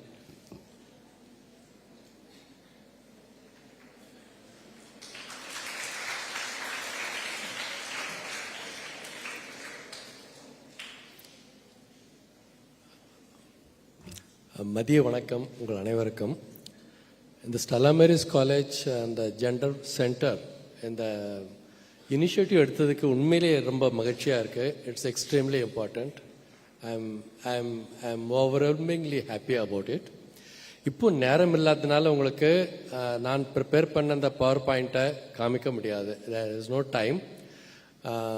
So உங்ககிட்ட ஒரு 2-3 விஷயத்தை மட்டும் இப்போ நான் சொல்ல விரும்புகிறேன். ஏன்னா நானும் அண்ணா யூனிவர்சிட்டி போக வேண்டியது, சுப்ரியா சாகு மேடம் போகிறாங்க இல்லையா, அந்த மீட்டிங்க்கு நானும் போக வேண்டியிருக்கு. So I will be leaving in about 10-15 minutes time. மட்டும் 2-3 முக்கியமான விஷயத்தை மட்டும் உங்ககிட்ட சொல்லிவிட்டு நான் வந்து போகலான்னு பார்க்குறேன். இந்த கிளைமேட் ஜஸ்டிஸ் அப்படிங்கிற வார்த்தை வந்து இஸ் அ வெரி இம்பார்ட்டண்ட். நம்ம வந்து 3 விஷயத்தை உங்ககிட்ட நான் சொல்ல விரும்புகிறேன். அதுதான் என்னோடய ஃபஸ்ட்டு ஸ்லைடு. அந்த ஃபஸ்ட்டு ஸ்லைடை மட்டும்தான் உங்கள்கிட்ட நான் சொல்ல போகிறேன். என்னன்னு கேட்டிங்கன்னா வந்து time is actually running short. நமக்கு நேரம் குறைஞ்சிக்கிட்டே இருக்குது. நிறைய பேருக்கு இந்த காலநிலை மாற்றம் அப்படிங்கிற வார்த்தையை வந்து சரியாக புரிஞ்சிக்க மாட்டேங்கிறாங்க. அது பருவகால மாற்றத்தையும் காலநிலை மாற்றத்தையும் கன்ஃபியூஸ் பண்ணிக்கிறாங்க. There is a difference between changes in the weather and changes in the climate. இது ரெண்டும் ரொம்ப முக்கியம். இந்த வெதர் அப்படிங்கிறது இந்த குளிர்காலம் இல்லை south west monsoon, north east monsoon, அந்த வெதர் சேஞ்சஸ் வந்து இன்னைக்கு ஒரு மாதிரி இருக்கும், நாளைக்கு ஒரு மாதிரி இருக்கும். That is different. That's a short term changes you will find. But இந்த காலநிலை மாற்றம் அப்படிங்கிறது is a very very long term, hundreds of years, நூற்றுக்கணக்கான வருடங்களாக ஏற்படுகின்ற ஒரு மாற்றத்தை பற்றி பேசுறது தான் வந்து கிளைமேட் சேஞ்ச் அப்படிங்கிறது வந்து. அது வந்து நம்ம பேசும் பொழுது வந்து நம்ம சில முக்கியமான விஷயங்கள் நம்ம புரிஞ்சுக்கணும். அது நான் ஒரு detailed presentation I assure you I will come to this college and make a presentation. இப்போ ஒரு முக்கியமான விஷயம் நான் என்ன சொல்ல விரும்புகிறேன்னா, அந்த காலநிலை மாற்றம் அப்படிங்கிற அந்த வார்த்தையை வந்து நம்ம சரியாக புரிஞ்சுக்கணும். அதுதான் வந்து ரொம்ப முக்கியம். அந்த ஏன் அது சொல்ல வரேன்னு கேட்டிங்கன்னா வந்து அந்த அதை புரிஞ்சுக்கும் போது நம்மளால் அதை பற்றி நிறைய வந்து ஆக்ட் பண்ண முடியும். அதை பற்றி இப்போ வந்து காலநிலை மாற்றம் அப்படின்னு சொல்லும்பொழுது வந்து கிளைமேட் சேஞ்ச் அப்படிங்கிறது வந்து கடந்த ஒரு 100-150 வருடங்களாக ஏற்படுகின்ற ஒரு மாற்றம் நடந்திருக்கு இண்டஸ்ட்ரியல் ரெவல்யூஷன் பீரியட்ல இருந்து. இப்போ அந்த இண்டஸ்ட்ரியல் ரெவல்யூஷன் பீரியட்லேருந்து இன்னை வரைக்கும் என்ன நடந்திருக்கு அப்படின்னு நம்ம பார்க்கும் பொழுது, அந்த கிரீன் ஹவுஸ் கேஸஸ் அப்படிங்கிற அந்த ஒரு வாயு, பசுமை குடில் வாயுக்கள்னு சொல்லுவாங்க. We have been emitting this green house gases. சரி, எமிட் பண்ணிட்டு போட்டதுனால என்ன பிரச்சனை இருக்கலாம் இல்லையா? அந்த கிரீன் ஹவுஸ் கேஸஸ் அப்படிங்கிறது வந்து இந்த கார்பன் ஸ்பேஸ்னு சொல்லும் இல்லையா வானத்தில், அந்த கார்பன் ஸ்பேஸில் போயிட்டு ஒரு லேயரை உருவாக்குது. அந்த லேயர் உருவாக்கும் பொழுது என்ன ஆகுதுன்னு கேட்டிங்கன்னா, இந்த நமக்கு சூரிய வெளிச்சம் பூமிக்கு வரும்பொழுது அந்த சூரிய வெளிச்சம் திரும்பி வெளியில் போகணும். 1%-2% இருந்துட்டு மீதி சூரிய வெளிச்சம் வெளியில் போகணும். ஆனால் அந்த சூரிய வெளிச்சம் மேலே போகாமல் அந்த கிரீன் ஹவுஸ் கேஸஸ் ஒரு போர்வை மாதிரி அடைச்சிக்கிட்டு அந்த எனர்ஜி நமக்கு திரும்பி வந்துடுது. ஸோ அந்த பூமி வெப்பமாகிறது. இதுக்கு பேர் தான் வந்து குளோபல் வார்மிங்னு சொல்கிறோம். அந்த குளோபல் வார்மிங் ஆகும் பொழுது காலநிலை மாற்றம் ஏற்படுகிறது அப்படின்னு நம்ம சொல்கிறோம். ஒரு உதாரணம் சொல்கிறேன். நம்மெல்லாம் வந்து குளிர் எடுத்தால் நம்ம என்ன பண்ணுறோம், ரொம்ப குளிராக இருந்தால் ஒரு போர்வையை போத்திக்கிறோம். ஓரளவுக்கு கதகதப்பாக இருக்கும். இன்னும் கொஞ்சம் அதிகமாக குளிர் ஏற்பட்டால் 2 போர்வையை போத்திக்கலாம். நிறைய குளிர் ஏற்பட்டால் 3 போர்வை, 4 போர்வை, சரி 20 போர்வை போத்திட்டா எப்படி இருக்கும் யோசனை பண்ணி பாருங்க. 30 போர்வை நம்ம இருந்து போத்திட்டா என்ன இருக்கும்? என்ன குளிர் இருந்தாலும் நம்மளால மூச்சுக்கிட விட முடியாது இல்லையா? That is the impact of climate change. அந்த கிரீன் ஹவுஸ் கேஸ் அப்படிங்கிறது 30-40 போர்வைக்கு சமமாக இன்றைக்கு உருவாகி கொண்டு இருக்கிறது. Green house gas is thickening day by day. ஒவ்வொரு நாளும் இந்த கிரீன் ஹவுஸ் கேஸ் அப்படிங்கிற லேயர் இஸ் திக்கனிங். திக்கன் ஆகும்போது சூரிய வெளிச்சம் பூமிக்கு வரும்பொழுது திரும்பி மேலே போக முடியாம திரும்பி கீழே வருது. அதுக்கு பிறகு energy balance. The energy balance should be 0. நமக்கு வர எனர்ஜி திரும்பி போகணும், it should be close to 0. But it cannot become positive. என்ன ஆகுதுன்னு பார்த்தீங்கன்னா காலப்போக்கில் அந்த energy balance is becoming more and more positive from 0.01% to today it is becoming 1, 1.2, 1.3, 1.4. நாசாவோட estimate படி அந்த energy balance is now 1.64 per square meter, 1.64 watts per square meter. அந்த அளவுக்கு இன்னைக்கு பூமி வெப்பமாடிச்சு. அந்த வெப்பத்தின் காரணமாகத்தான் பல மாற்றங்கள் நடக்கிறது, எக்கச்சக்கமான மாற்றங்கள். அதை பற்றியெல்லாம் நான் அப்புறமா நான் பேசுகிறேன் உங்கள்கிட்ட வந்து விளக்கமாக. சரி, அந்த வெப்பமாகின அந்த காலத்தில் அந்த ஜஸ்டிஸுங்கிற வார்த்தை ஏன் வருது அப்படிங்கிறது நம்ம புரிஞ்சுக்கணும். ஏன்னா அந்த வெப்பம் ஆகும் பொழுது எதனால் வெப்பம் ஆச்சு நான் உங்களுக்கு சொல்கிறோம் இல்லையா, உங்களுக்கு இந்த இண்டஸ்ட்ரியல் ரெவல்யூஷன் பீரியடில் இந்த கடந்த 150 வருடங்களாக அந்த இண்டஸ்ட்ரியல் ரெவல்யூஷன் பீரியடில் அந்த ஆட்டோமேஷன் அப்படிங்கிறது வரும் பொழுது எல்லாரும் வந்து கோல் பேஸ்ட் எனர்ஜி அதிகமாக யூஸ் பண்ணும் பொழுது அந்த பசுமை குடில் வாய்க்கள் அதிகமாக போச்சு. அது அதிகமாக உபயோகப்படுத்தவர்கள் யாருன்னு கேட்டிங்கன்னா வளர்ந்த நாடுகள், European countries, north American countries. So இன்னைய வரைக்கும் அவங்க தான் அதிகமாக யூஸ் பண்ணுறாங்க, அவங்க தான் அதிகமான வாய்க்களை வெளிப்படுத்துகிறாங்க.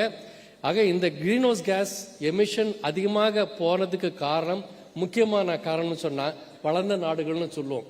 So there is a huge disparity between developed countries and developing countries and poorer countries. So அது one part of climate justice. So அதை வந்து இந்த பசுமை குடில் வாய்க்கள் வரும்பொழுது எல்லா நாடுகளையும் தாக்குகிறது. ஏழை நாடுகளாக இருந்தாலும் சரி, வளர்ந்த நாடுகளாக இருந்தாலும் சரி, எல்லாரையும் தாக்குகிறது. ஆனால் ஏழை நாடுகள், poorer countries, east African countries, west African countries, south Asian countries and north American, Latin American countries அவங்கள ரொம்ப அதிகமாக பாதிக்குது. ஆனால் அவர்கள் விடுகின்ற பசுமை குடில் வாய்க்கள் ரொம்ப ரொம்ப குறைவு. ஆனால் பாதிப்பு அவங்களுக்கு தான் அதிகமாக இருக்கு. So this is the first level of injustice. This is the first level of climate injustice நம்ம சொல்றோம். Second level of climate injustice நம்ம பார்க்கறது வந்து within the country. ஒரு நாட்டுக்குள்ளே பார்த்தீங்கன்னா ரொம்ப ஏழை மக்கள் இருப்பாங்க, ரொம்ப ரொம்ப poorest of the poor இருக்கிறாங்க, மோஸ்ட் வல்னரபிள் குரூப்ஸ் இருப்பாங்க, ஜெண்டர் டிஸ்பாரிட்டி இருக்கு, அவங்களுக்கு ஜெண்டர் பாதிப்பு அதிகமாக இருக்கு. ஸோ இந்த ஒரு நாடுக்கு உள்ளே கூட இந்த மாதிரி ஒரு climate justice அப்படிங்கிறத வந்து அதிகமாக வந்து பூரர் பீப்புள் அதிகமாக பாதிக்குது, ரிச் பீப்புள் ஓரளவுக்கு அவங்க தப்பிச்சுட்டு போயிடுவாங்க. ஸோ இது வந்து செகண்ட் லெவல் ஆஃப் ஜஸ்டிஸ். மூணாவது லெவல் ஆஃப் இன்ஜஸ்டிஸ் பார்க்கும்போது present and the future generation. நம்ம இன்றைக்கு என்ன பண்றோமோ அது வருகின்ற தலைமுறையினரை மிக அதிகமாக பாதிக்கும். That is the third level of injustice. So the first level of injustice is between the countries. The second level of injustice is what is happening within the country between rich and poor. And third is between the present and the future generation. இதை பற்றி ரொம்ப விளக்கமாக உங்கள்கிட்ட அதிகமாக பேசுகிறேன், இப்போ நேரம் இல்லை. ஸோ இதனோட வல்னரபிலிட்டி இஸ் வெரி ஹை. ஒரு சின்ன விஷயம் மட்டும் சொல்கிறேன் இன்னைக்கு உங்களுக்கு நல்லா புரியுற மாதிரி. இன்னைக்கு வளர்ந்த நாடுகள் அவங்க யூஸ் பண்ணுற ஒரு லிவிங் ஸ்டாண்டர்ட், அவங்க உபயோகப்படுத்துகின்ற அந்த ஒரு வாழ்க்கை முறையை உலகத்தில் இருக்கிற எல்லாரும் உபயோகப்படுத்தினா நமக்கு 6.5 பூமி தேவை. You need 6.5 years to have a kind of a standard of living that people in Europe and North American countries are getting used to. அவங்க அந்த அளவுக்கு ஒரு சொகுசான வாழ்க்கை வாழறாங்க. அந்த வாழ்க்கையை நம்ம வாழணும்னு நினைச்சா நமக்கு தேவை 6.5 பூமி. ஆனா இருக்கிறது ஒரு பூமி தான். இது ஒரு பக்கம். சரி, ஒரு ஏழை நாடு, ரொம்ப ஏழை நாடு எத்தியோப்பியா, ருவாண்டா, ரொம்ப கஷ்டமான நாடு, ஈஸ்ட் அண்ட் வெஸ்ட் ஆப்பிரிக்கன் கண்ட்ரியில் இருக்கிறாங்க, அவங்கள எடுத்து பாருங்க.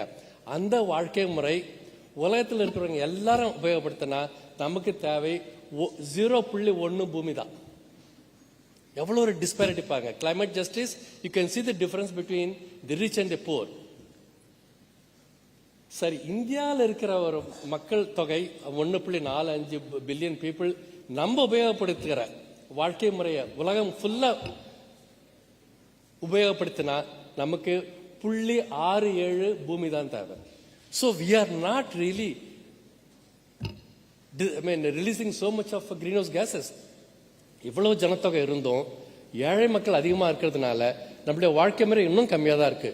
இதை உலக நாடுகள் பயன்படுத்தினால், ஃபாலோ பண்ணா நமக்கு 0.67 பூமி தான் நமக்கு தேவையா இருக்கு. சரி, இந்த கிளைமேட் ஜஸ்டிஸ் இந்த அளவுக்கு இருக்கு, நம்ம இதுக்காக என்ன பண்ணிட்டு இருக்கிறோம், என்ன பண்றாங்களா அப்படின்னா அதுக்குதான் காப் மீட்டிங்ஸ் இருக்கு, conference of parties meetings. 1991ல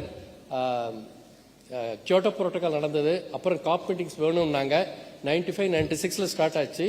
last meeting was held in Dubai, that 28th meeting. என்ன அச்சீவ் பண்ணாங்க? they just get together, have a jolly well time and then get away. இத்தனை வருஷம் ஒண்ணு பண்ணல. இந்த பீரியட்ல பாத்தீங்கன்னா 95ல இருந்து 2023 வரைக்கும் greenhouse gas emission peakல போயிட்டு இருக்கு. So the conference of parties is just a joke. COP meetings are just joke. This is what all about global dialogue on climate change. So effectively, we are not doing anything. So I'm going to stop here. I will talk about it more when I come back here next time. Thank you.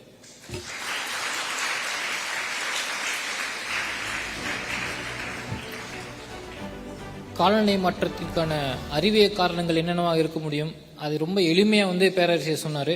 அதே மாதிரி எப்படி காலநிலை அநீதி இந்த உலகத்தில் நடந்துகிட்டு இருக்கு, எப்படி பொருளாதார ரீதியாக வளர்ந்த நாடுகள் காலநிலை மாற்றத்தின் ஏற்படும் இயற்கை நிகழ்வுகள் பேரிடர்கள் சந்திக்கிறதுக்கான கெப்பாசிட்டி அவங்ககிட்ட இருக்கு. ஆனால் குறைந்த அளவு கார்பன் விளைவை ஏற்படுத்தக்கூடிய ஆப்பிரிக்க நாடுகள், இந்தியா போன்ற நாடுகள் எப்படி டிஸ்பாரிட்டியா நம்ம பாதிக்கப்படுது அப்படின்றத பத்தியும் சொன்னாரு. அது போக இன்னொரு முக்கியமான ஃபேக்டர் பேராசிரியர் சொன்னது என்னன்னா, உள்நாட்டுக்குள்ள எப்படி அந்த பாதிப்பு வேறுபடுது, அதே மாதிரி சோசியோ எக்கனாமிக் பேக்ரவுண்ட் வச்சு எப்படி மக்கள் பாதிக்கப்படுறாங்க அப்படின்ற ரொம்ப தெளிவா பேசினாரு. ரொம்ப நன்றி பேராசிரியர். தற்போது மருத்துவர் வேலாயுதம் அவர்களை பேச வருமாறு அன்போடு அழைக்கிறேன்.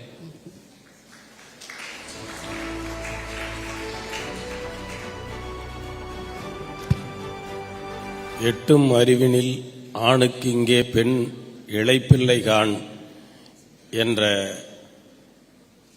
பாட்டுப் புலவனினுடைய வரிகளை மெய்ப்பித்து கொண்டு நடைபெற்று கொண்டிருக்கிற வரலாற்று சிறப்பு மிக்க ஸ்டெல்லா மேரி கல்லூரியின் காலநிலை மாற்ற கருத்தரங்கத்திற்கு வருகை தந்திருக்கிற பெரியோர்கள், குறிப்பாக காலையிலே சொற்பொழிவாற்றி சென்றிருக்கிற ஆற்றல் மிகுந்த சாதனை நாயகர் மருத்துவர் அன்புமணி, பசுமை தாயகத்தினுடைய தலைவர், போற்றுதலுக்குரிய பெண்மணி சௌமியா அன்புமணி, இன்னும் இங்கே வருகை தந்திருக்கிற அத்தனை பெருமக்களுக்கும், கல்லூரியினுடைய பேராசிரியர் பெருமக்களுக்கும், மாணவ மணிகளுக்கும், பசுமை தாயகத்தினுடைய நிர்வாகிகள் அனைவருக்கும் என்னுடைய பணிவான வணக்கத்தை முதற்கண் உரித்தாக்கிக் கொள்கிறேன். காலநிலை மாற்றத்தை பற்றி பேசுகிற நாம் காலந்தவறி பேசிக்கொண்டிருக்கிறோம் என்பதை உணர்ந்து உங்கள் முன்னால் ஓரிரு செய்திகளை மட்டும் பகிர்ந்துவிட்டு விடைபெற இருக்கிறேன். இவர்கள் எல்லோரும் பேசியதையெல்லாம் உள்வாங்கி இருப்பீர்கள். அடிப்படையில் சில தகவல்களை நாம் நெஞ்சில் நிறுத்தி கொண்டால் இதை எப்படி நாம் ஒவ்வொரு தனி மனிதராக எதிர்கொள்ள முடியும் என்பதை நாம் புரிந்து கொள்ளலாம். இந்த பேரண்டம் என்கிற இந்த உலகம், இந்த சிற்றண்டம் என்கிற உடல், இந்த பேரண்டத்திற்கும் சிற்றண்டத்துக்குமான தொடர்பு என்ன என்பதை நாம் புரிந்து கொண்டால் இந்த பேரண்டத்தில் நிகழ்கிற மாற்றங்கள் இந்த சிற்றண்டமான உடலில் நிகழ்த்துகிற மாற்றங்களை நாம் எப்படி எதிர்கொள்ள முடியும்? இதுதான் அடிப்படை. கீழே நிலம், மேலே வானம், மண், விண், இந்த இரண்டுக்கும் இடையில் நீர், தீ, காற்று, இந்த மூன்று தத்துவம் இருக்கிறது. இந்த மூன்று தத்துவத்துக்கு மேலும் கீழும் இருப்பது நிலம், நீர், தீ, காற்று, ஆகாயம் என்கிற இந்த பஞ்சபூதம். இந்த 5 பூதங்களும் தான் பேரண்டமாக இருக்கிறது. இந்த 5 பூதங்களின் கூறுதான் இந்த உடலிலும் இருக்கிறது என்பதை நாம் அடிப்படையில் உணர்ந்து கொள்ள வேண்டும். அங்கே என்னென்னலாம் நிகழ்கிறதோ அதெல்லாம் இங்கேயும் நிகழும். அண்டத்தில் உள்ளதே பிண்டம், பிண்டத்தில் உள்ளதே அண்டம், அண்டமும் பிண்டமும் ஒன்றே அறிந்துதான் பார்க்கும் போதே என்பது சித்தர்களுடைய வாக்கு. இந்த மண்ணில் வளர்ந்த அறிஞர் பெருமக்களுடைய வாக்கு. தமிழ் மண்ணில் வாழ்ந்த மிகப்பெரிய அறிவு சொத்து கருவூலமாக கருதப்படுகிற தொல்காப்பியம் நமக்கு முதற் பொருள் என்று சொல்லுவது நிலமும் பொழுதையும். இந்த நிலம், பொழுது இரண்டையும் நாம் எப்படி கையாளுகிறோமோ அதுதான் வாழ்வியலுடைய தரம். தி குவாலிட்டி ஆஃப் லைஃப் என்பதை பற்றி எல்லாம் இங்கே பேசினார்கள். மனிதனுடைய வாழ்க்கை தரம், எப்படி தரமான ஒரு வாழ்க்கையை வாழ்வதற்கு இந்த நிலமும் பொழுதும் மிக அடிப்படை. அது கால ஒழுக்கம் என்று நாம் வாழ்வியலிலே பின்பற்றுகிற போது அது சுற்றுச்சூழலையும் ஒழுங்காக்கும். காலம் இயல்பாக இயங்குகிறது. பயோ கிளாக் என்று சொல்லப்படுகிற சிர்காடியன் ரிதம் என்றெல்லாம் இன்றைக்கு அறிவியல் உலகம் பல ஆய்வுகளை செய்து கொண்டிருக்கிறது. உலகம் இயங்குகிற சுழற்சிக்கேற்ப மனித வாழ்வியலை நாம் அமைத்துக் கொள்வோமையானால், இந்த சுழற்சியில் ஒரு ஒழுங்கு வருமானால் எல்லாம் ஒழுங்காகும். இந்த உலகத்தில் இருக்கிற அந்த சூரியன் சுழலுகிற சுழற்சி காலையிலே எழுவதும் மறைவதாக சொல்லப்படுவதாக பூமி சுழற்சியில் அறியப்படுவதும் தகுந்தவாறு நம்முடைய வாழ்வியலை அமைத்துக் கொண்டவர்கள் நம்முடைய முன்னோர்கள். அதற்கு நாள் ஒழுக்கம் என்று பெயர். அதற்கு பிறகு பருவங்கள் 6: வசந்த காலம், இளவேனில், முதுவேனில், முன்பனி, பின்பனி, கார்காலம், கூவுதிர் காலம் என்கிற இந்த 6 காலத்திற்கும் தகுந்த வாழ்வியலோடு நாம் வாழ்கிறோமா என்றையும் சிந்தித்தோமானால் அதற்குமான விடையும் நமக்கு கிடைக்கும். அப்போ நாள் ஒழுக்கம் என்பதையும் கால ஒழுக்கம் என்பதையும் ஒவ்வொரு தனி மனிதனும் பின்பற்றுகிற போது உலகத்திற்கு ஏற்ற சுழற்சிக்கு வாறு நம்முடைய வாழ்வியலை அமைத்துக் கொள்கிற போது இயற்கையோடு இயைந்த வாழ்வுக்கு நாம் தலைப்பட்டவர்களாவோம். நாம் நோயற்ற வாழ்வு வாழ்வதோடு மட்டுமல்லாமல் தரம் உயர்ந்த வாழ்க்கையை நாம் வாழ்வோம். இது மிக அடிப்படையாக நாம் புரிந்து கொண்டால் அப்போ நாம் நம்முடைய எந்த மாற்றத்தையும் நம்மிலிருந்து தொடங்க வேண்டும். உலக சுழற்சியை, உலக இயக்கத்தை மாற்றி அமைக்கக்கூடிய வல்லமை இளைஞர்கள் கையில் இருக்கிறது என்றெல்லாம் ஆவேசமாக பேசி நாம் பிரபஞ்சத்தை மாற்றிவிட முடியுமா என்றால் அந்த மாற்றம், முன்னேற்றம் என்பதெல்லாம் உங்களிடமிருந்து தொடங்க வேண்டும். அப்போ காலையில் கதிரவன் எழுகிற போது நாமும் எழ வேண்டும் என்பதிலிருந்து ஒழுக்கம் தொடங்குகிறது. அப்போ காலையில் எப்படி உணவு எடுத்துக்கொள்வது, பிற்பகல்ல எப்படி உணவு எடுத்துக்கொள்வது, அதற்கு பிறகு எதையெல்லாம் உண்ணுவது, எதையெல்லாம் பருகுவது என்பதையெல்லாம் நம் முன்னோர்கள் சொன்ன ஒழுக்க முறைக்கு நாம் வந்து விடுவோமானால் நாம் தப்பிப்போம், பிழைப்போம், தழைப்போம், செழிப்போம். அப்ப அந்த ஒழுங்கு என்பது, ஒழுக்கம் என்பதற்கு இன்றைக்கு வேறு வேறு பொருள்கள் சொல்லப்பட்டாலும் ஒழுங்கு என்பது நிரல்படுத்தப்பட்ட வாழ்க்கை. அந்த வாழ்க்கையை வாழ்வதற்கு ஒரு சில செய்திகளை மட்டும் உங்களுக்கு வேகமாக சொல்லிவிடுகிறேன். நாம் இன்றைக்கு உண்ணுகிற உணவில் ஒரு சில செய்திகள் பாருங்கள். நாம் சாப்பிடுகிற சாப்பாட்டில் காய்கறிகளில் எதையெல்லாம் நாம் சாப்பிடுகிறோம் என்றால், சாப்பிட வேண்டும் என்றால் இரண்டையும் பாருங்கள். எது உங்கள் வீட்டு தோட்டத்தில் விளைகிறதோ, எது எந்த மண்ணில் போட்டால் விளைகிறதோ அதுதான் அந்த மண்ணில் வாழ்கிற மனிதனுடைய உடலுக்கு பொருந்தும். ஆனால் நாம் என்ன சாப்பிடுகிறோம் என்று பாருங்கள். கேரட், பீட்ரூட், உருளைக்கிழங்கு, நூக்கோல், சௌ, காலிஃபிளவர், பிரக்கோலி, இதெல்லாம் உங்க வீட்டு தோட்டத்தில் இந்த சென்னையிலோ இந்த எண்ணூர்லோ வேற எங்க நீங்க போட்டாலும், ஆட்டியாம்பட்டியிலையோ இல்லை எதுல போட்டாலும் இந்த எதுவுமே வராது.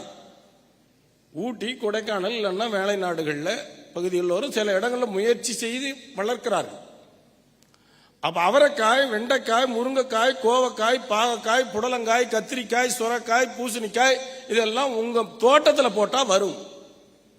இது இந்த விதை உள்ள காய்கறியும், நார் உள்ள காய்கறியும், நீர் உள்ள காய்கறியும் உண்டால்தான் இன்றைக்கு பெரும்பாலான பெண்கள் சந்தித்துக் கொண்டிருக்கிற மாதவிடாய் சுழற்சியும் பிசிஓடி என்கிற பிரச்சனைகளுமான தீர்விலிருந்து நாம் மீள வேண்டுமானால் இந்த விதை உள்ள காய்கறியும், நீர் உள்ள காய்கறியும், நார் உள்ள காய்கறிக்கும் நாம் மாற வேண்டும்.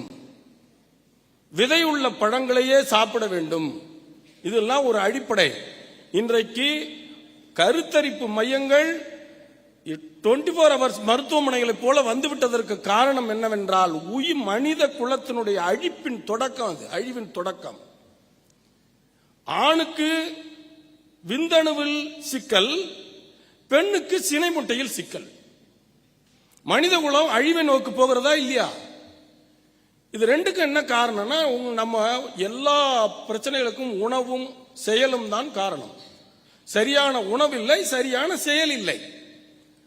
அப்ப சரியான செயல் என்பதை நாம் முன்னோர்கள் வழியில் வாழ்வதும், முன்னோர்கள் வழி நின்ற உணவு முறையை பின்பற்றுவதும் நம்மில் மாறுமானால் இந்த சிற்றண்டத்தில் மாற்றத்தை தொடங்கினால் பேரண்டத்தில் மாற்றத்தை நிகழ்த்த முடியும். அது உங்களால் முடியும். ஏனென்றால் நீங்கள் தான் இளைய தலைமுறை. இங்கே அறிஞர் பெருமக்கள் சொன்னதையெல்லாம் நீங்கள் உள்வாங்கிக் கொண்டீர்கள். உங்கள் அறிவை விரிவாக்குங்கள், அகண்டமாக்குங்கள். விசால பார்வையால் விழுங்கு மக்களை என்று பாவேந்தன் சொன்னதைப் போல இந்த பிரபஞ்சத்தை அகண்ட விரிந்து பாருங்கள். காக்கை குருவி எங்கள் ஜாதி, நீல் கடலும் மலையும் எங்கள் கூட்டம் என்று பாரதி சொன்னதைப் போல எல்லா உயிர்களையும் நேசியுங்கள், உங்களை நேசியுங்கள், உங்களை உயர்த்துங்கள், மற்றவர்களையும் உயர்த்துங்கள். நன்றி, வணக்கம்.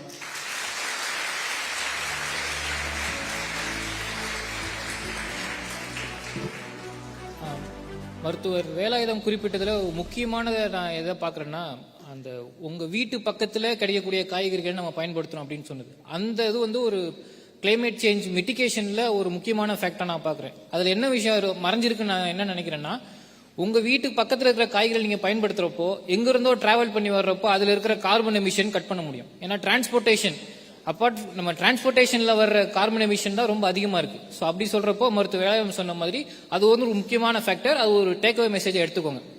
இந்த பேனல் தொடக்கத்திலே நான் சொன்னேன், ஒரு முக்கியமான விஷயத்தை பற்றி இந்த பேனல் பேச போகுது. அதிகமாக பேசப்படாத ஒன்று, கார்பனை தாண்டி பயோடைவர்சிட்டி கன்சர்வேஷன், வாட்டர் கன்சர்வேஷன். இதை பற்றி முடிக்கிறப்போ ஒரு முக்கியமான விஷயத்தை இந்த பேனல் டிஸ்கஸ் பண்ணியிருக்கு. அது என்னன்னா இன்டர்டிசிப்ளினாரிட்டி. பார்த்தீங்கன்னா இவர் வந்து ஓசை காளிதாசன் அவர்கள் வந்து ஒரு சூழலியல் செயல்பாட்டாளர், பேராசிரியர் ஜனரஞ்சன் சார் வந்து ஒரு வாட்டர் எக்ஸ்பர்ட், சித்த மருத்துவர். ஸோ இது வந்து ஒரு இன்டர்டிசிப்ளினரி பேனலாக மாறிடுச்சு. ஸோ அதைத்தான் நான் எப்பவுமே சொல்லுவேன். நானுமே ஒரு சமூகவியல் மாணவன் தான், இளங்கலை சமூகவியல் படித்தவன்ற முறையில் கிளைமேட் சேஞ்ச் விஷயம் பற்றி எங்கே பேசினாலுமே அதிகமாக டாமினேட் பண்ணுறது யாருன்னா நேச்சுரல் சயின்டிஸ்டும் இன்ஜினியர்ஸும் தான்.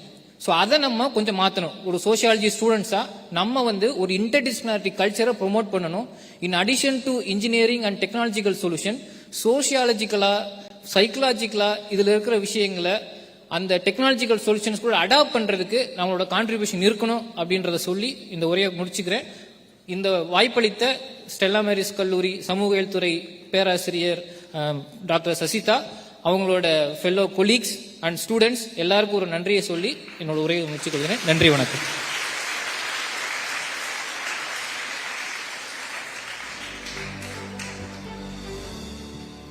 Thank you so much.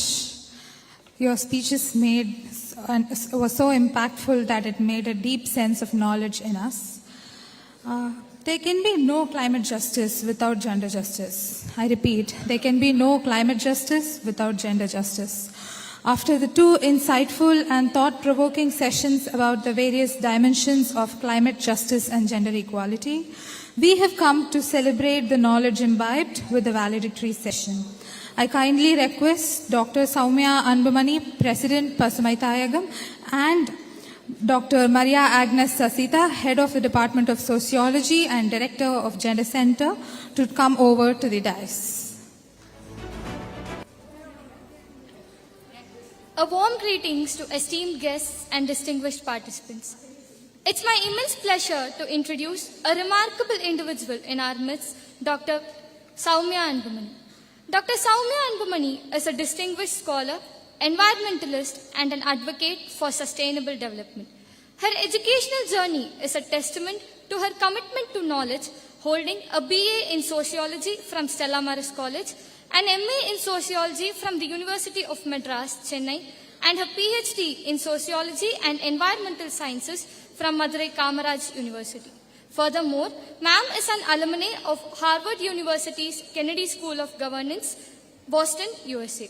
Showcasing her global perspective and dedication to excellence in governance, her impactful role as the president of Pasumai Thaayagam NGO since 2005, with consultative status with ECOSOC and the United Nations Human Rights Council in Geneva, reflects her dedication to environmental causes on an international scale. Ma'am's influence also extends to the media, where she serves as the editor of Pasumai Thaayagam Sutrusooral, a Tamil environmental monthly since 2005. She has also been an advisor to Makkal TV, a satellite channel, since 2006. Her commitment to preserving and promoting Tamil culture is evident through her productions on audio series on various Tamil literary works, including Silapadigaram, Manimegalai, Mukkudar Pallu, Sira Puranam, and Panjali Sabadam. Additionally, she has contributed in raising awareness through video series, particularly on the documentary on Pallikarnai marshlands.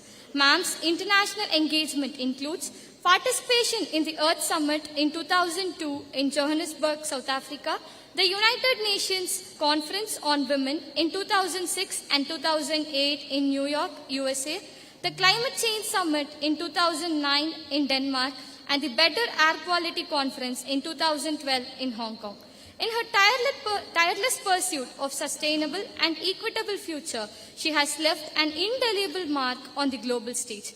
Please join me in extending a warm welcome to Dr. Sowmiya Anbumani, a true leader and a catalyst for positive change. Over to you, ma'am.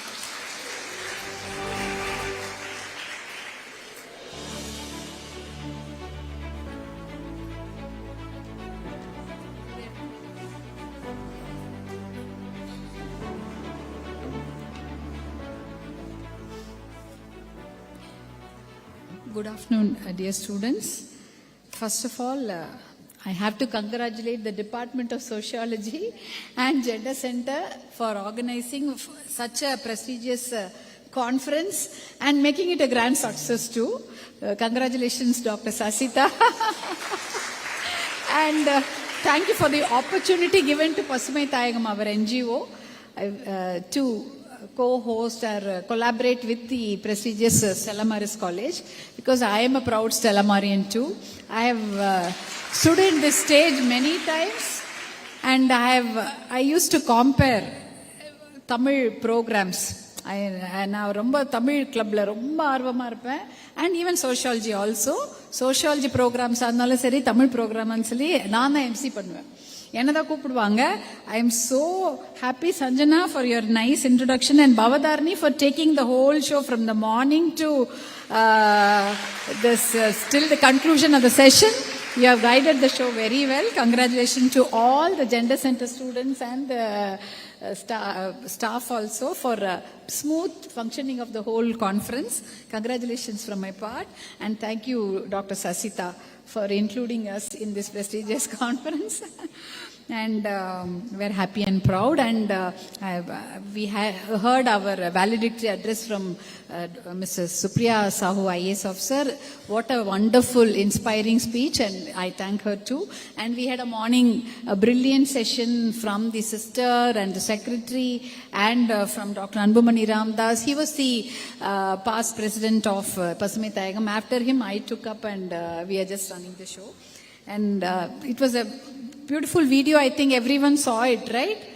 So நம்ம நினைச்சிட்டு இருக்கோம் it is all somewhere happening in Peru and everything. But how many of you have seen all these things? நம்மளே பார்த்துட்டோம். We saw our flood that happened in Chennai. For one year of rainfall falling in just one day. And most of you would have seen that apocalyptic movies. Wall-E எல்லாம் பார்த்திருக்கீங்களா? Wall-E-ன்னு ஒரு படம், no? That's a movie, right? In that you see mounds and mounds of e-waste and plastic being carried away by one small robo. That you don't have to see. That is not an apocalyptic movie or a dystopian movie. You can see in Pallikarnai now itself or Perungudi. That mounds and mounds of plastic and e-waste is still there. நம்மளே போய் பார்க்கலாம். அது ஒன்றும் it is not very far away. We are this close to the day after tomorrow. Day after tomorrow is again a movie where overnightல New York ஃபுல்லா snow ஆயிடும். Hope you had seen. I think it came around long time back, 2014 or something. Maybe I would have seen. I don't know. And Hunger Games, many of you have seen, right? Mad Max Fury. All are dystopian movies, not the utopian ones, the dystopian movies where they show how the world will be later on.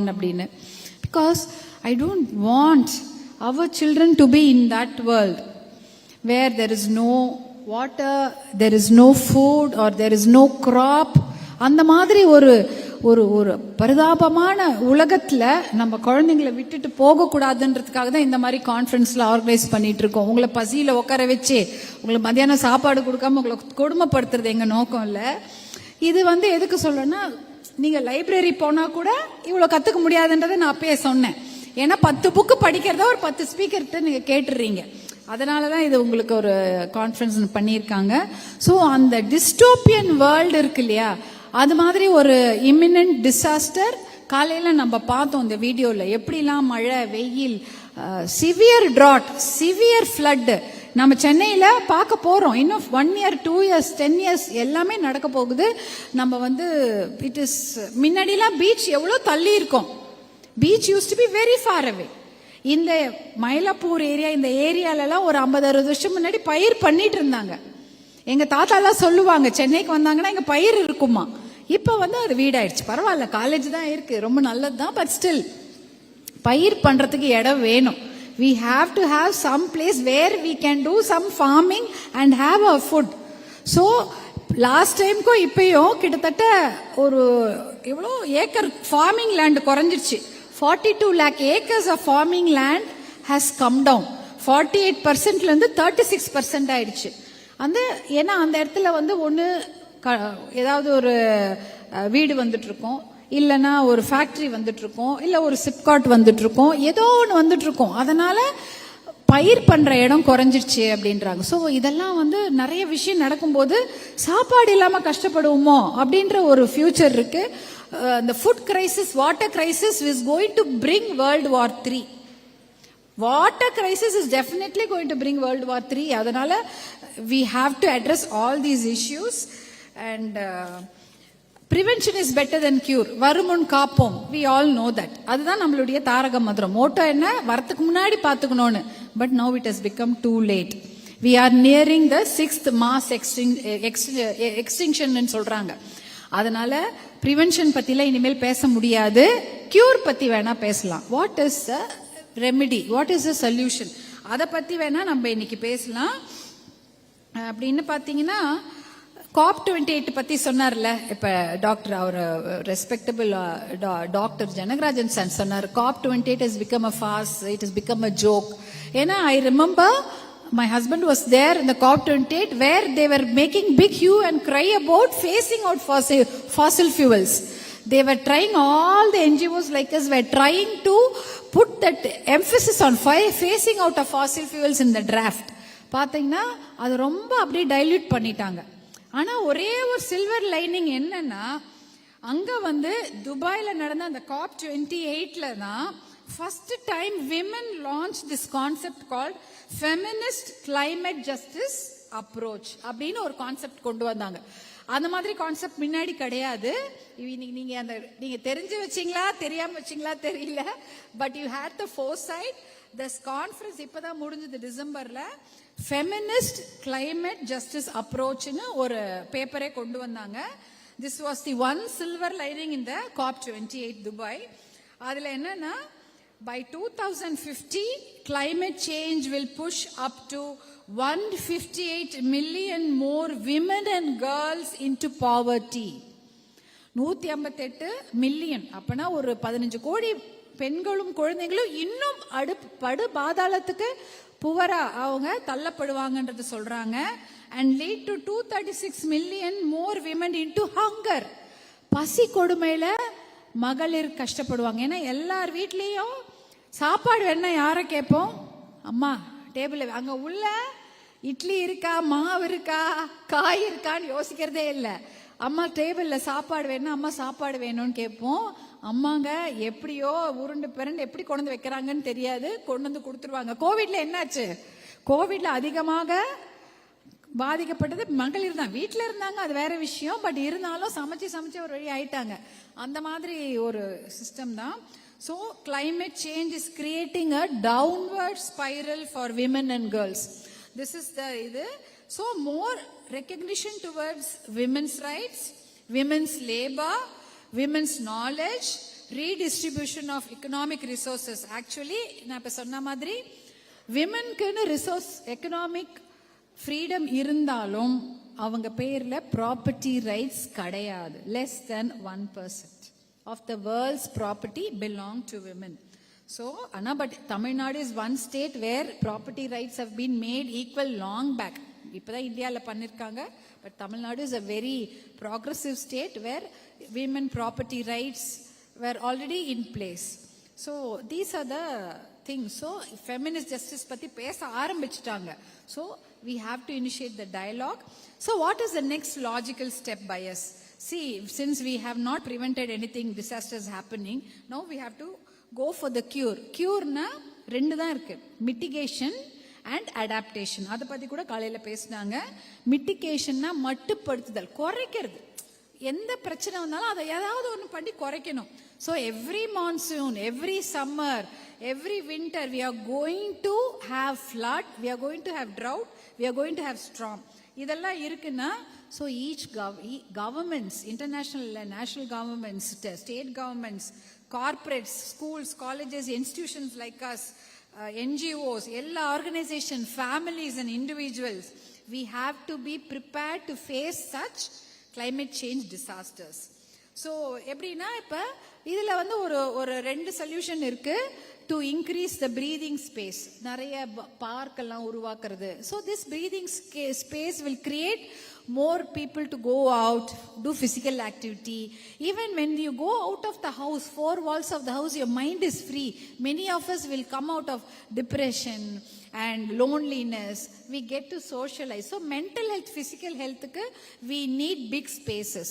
Adanal da kalayila we were talking about big parks. ஒரு 50-60 acre பார்க்கே கிடையாது நம்ம ஊர்ல. சென்னையில கிடையாது. ஒரு 5 acre 10 acre தான் இருக்கு. But when you go to other metropolitan cities, பெங்களூர்ல, டெல்லியில எல்லாம் you have 60 acres, 100 acres park.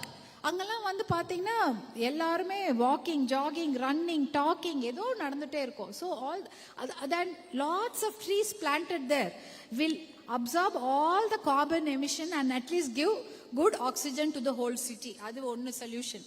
அடுத்த சொல்யூஷன் வந்து we have to reclaim our marshlands, lakes and ponds, whatever is left of it. நிறைய இருக்கு.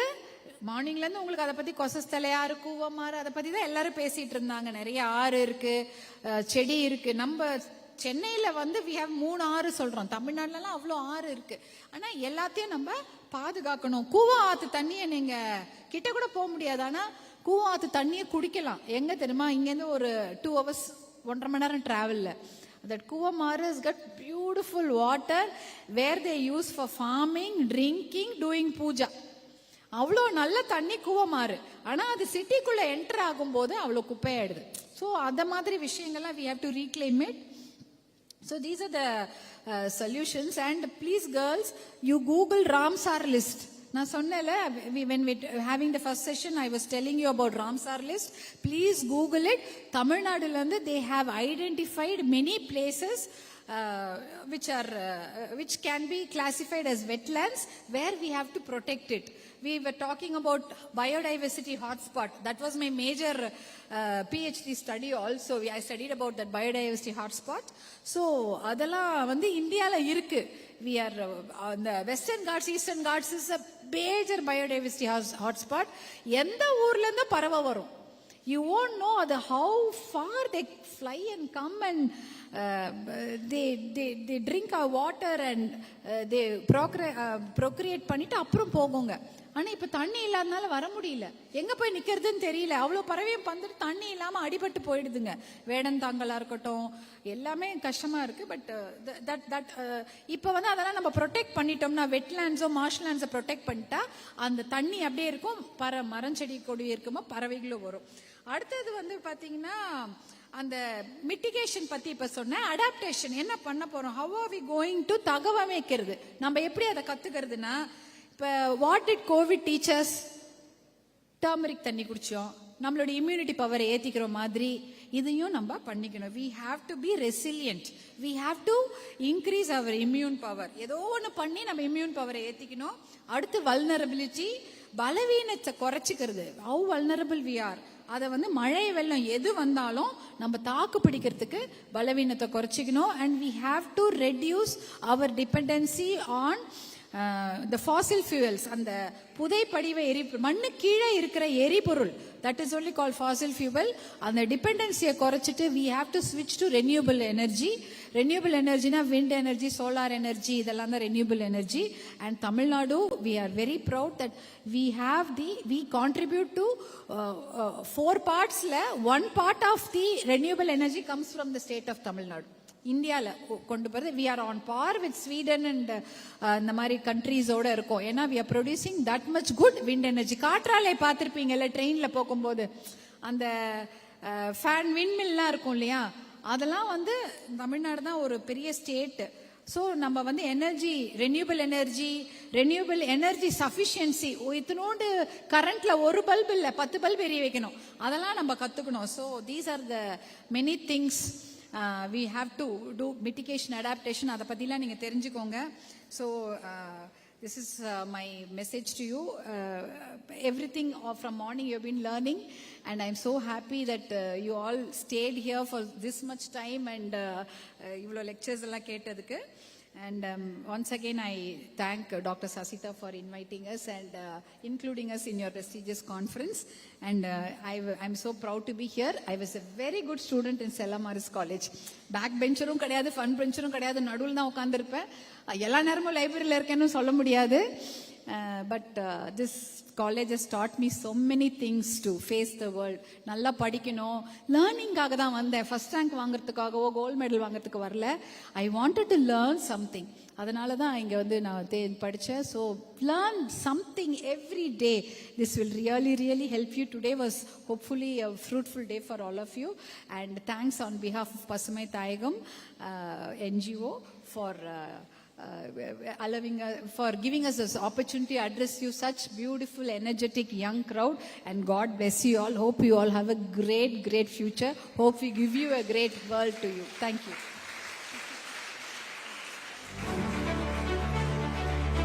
Thank you for such an impactful message, ma'am. Thank you also for your suggestions and ideas to combat climate change. I now request Dr. Maria Agnes Sasita to felicitate our guest of honor.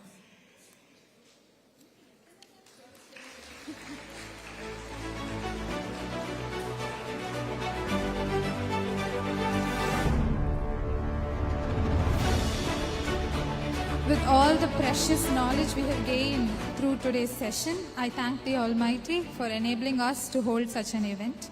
I now invite Sanjutra, President, Stella Marris College Gender Center, to deliver the word of thanks. Thank you, Bhavadarni.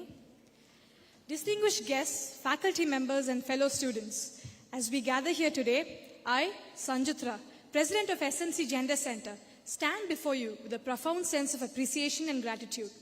This conference has been a culmination of tireless efforts, dedication and teamwork. My heart is filled with gratitude for each one of you who contributed selflessly towards the success of this event. I would like to thank the Almighty for bringing in such intellectuals and like-minded people who are tirelessly working to bring a better change and making this conference a success.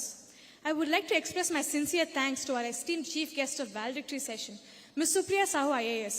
Her presence here today has definitely enhanced our conference. I also take this opportunity to thank our sister principal for her constant guidance and support for this event and for all the events of SMC Gender Center. My thanks are due to Sister Secretary for her blessings and guidance in all our endeavors. I would also like to thank our guest of honor, Dr. Sowmiya Anbumani, President of Pasumai Thaayagam NGO, for not only sharing your valuable insights and imparting knowledge to our students, but also graciously collaborating with SMC Gender Center and making this event as one of the milestones of SMC Gender Center. I would also like to thank our wonderful speakers, Ms. Kavita, Ms. Durga, Ms. Menaka, Mr. Kalidasan, Mr. Velayudam and Mr. S.Janakarajan, along with our moderators, Dr. Soumya Anbumani and Dr. Shankar Prakash, for sharing their expertise and insights, enlightening us with valuable knowledge. This entire program was filled with insights, thought-provoking ideas, and this all sensitized us to the theme of climate justice and gender equality. I am sure your commitment will inspire us to take up this cause and make us work towards it in the future. My heartfelt gratitude to our collaborators, Pasumai Thaayagam, NGO in special consultative status with the Economic and Social Council of the United Nations, Dr. Sowmiya Anbumani, President of Pasumai Thaayagam NGO, Mr. Arul Ratinam, Mr. S.Shankar, and Mr. Sasikumar, for their dedicated support and ever-ready assistance, and their expertise was instrumental in making this conference a grand success. I hope this collaboration will be a lasting one. I would also like to convey my special thanks to the print media and the satellite media channels for giving us coverage and creating awareness in the community about this topic. I would also like to convey my gratitude to Amritam Caterers for providing us with sumptuous food. My heartfelt gratitude and special acknowledgement goes to our wonderful head of department and director of Gender Center, Dr. Sasita, along with our incredible faculty members of the Sociology Department, whose guidance and encouragement paved the way for the success of this conference. Your unwavering faith and support has been instrumental in shaping all our activities, and it has been a great learning experience for all of us. I would also like to thank the Gender Center core team, volunteers, and everyone who has meticulously planned and made themselves available at all required times. Your dedication has been the backbone of this conference. My thanks extends to all the students from various other institutions, Department of Sociology of University of Madras and other city colleges, students from various departments of our own college, and our very own students from the Department of Sociology. Thank you for your presence and contribution. You made the conference very lively and vibrant. In conclusion, as we reflect on the success of this conference, let us carry forward the knowledge gained, connections made, and inspiration received. I hope this created a lasting impact and the beginning of a transformative journey. Thank you all. Thank you once again, one and all.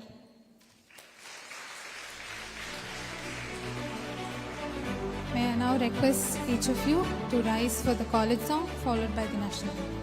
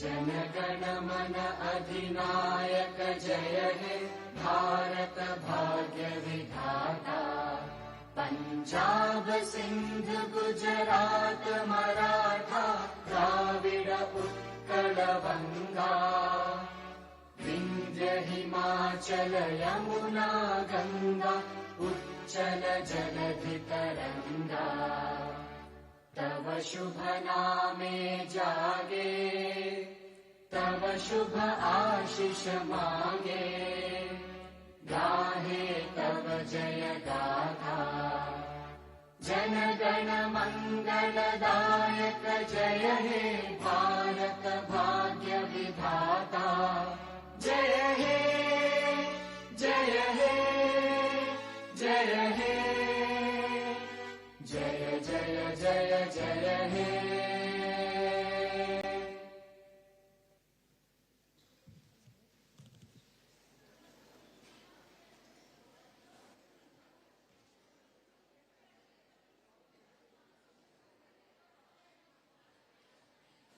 Students, all of you are requested to join us for lunch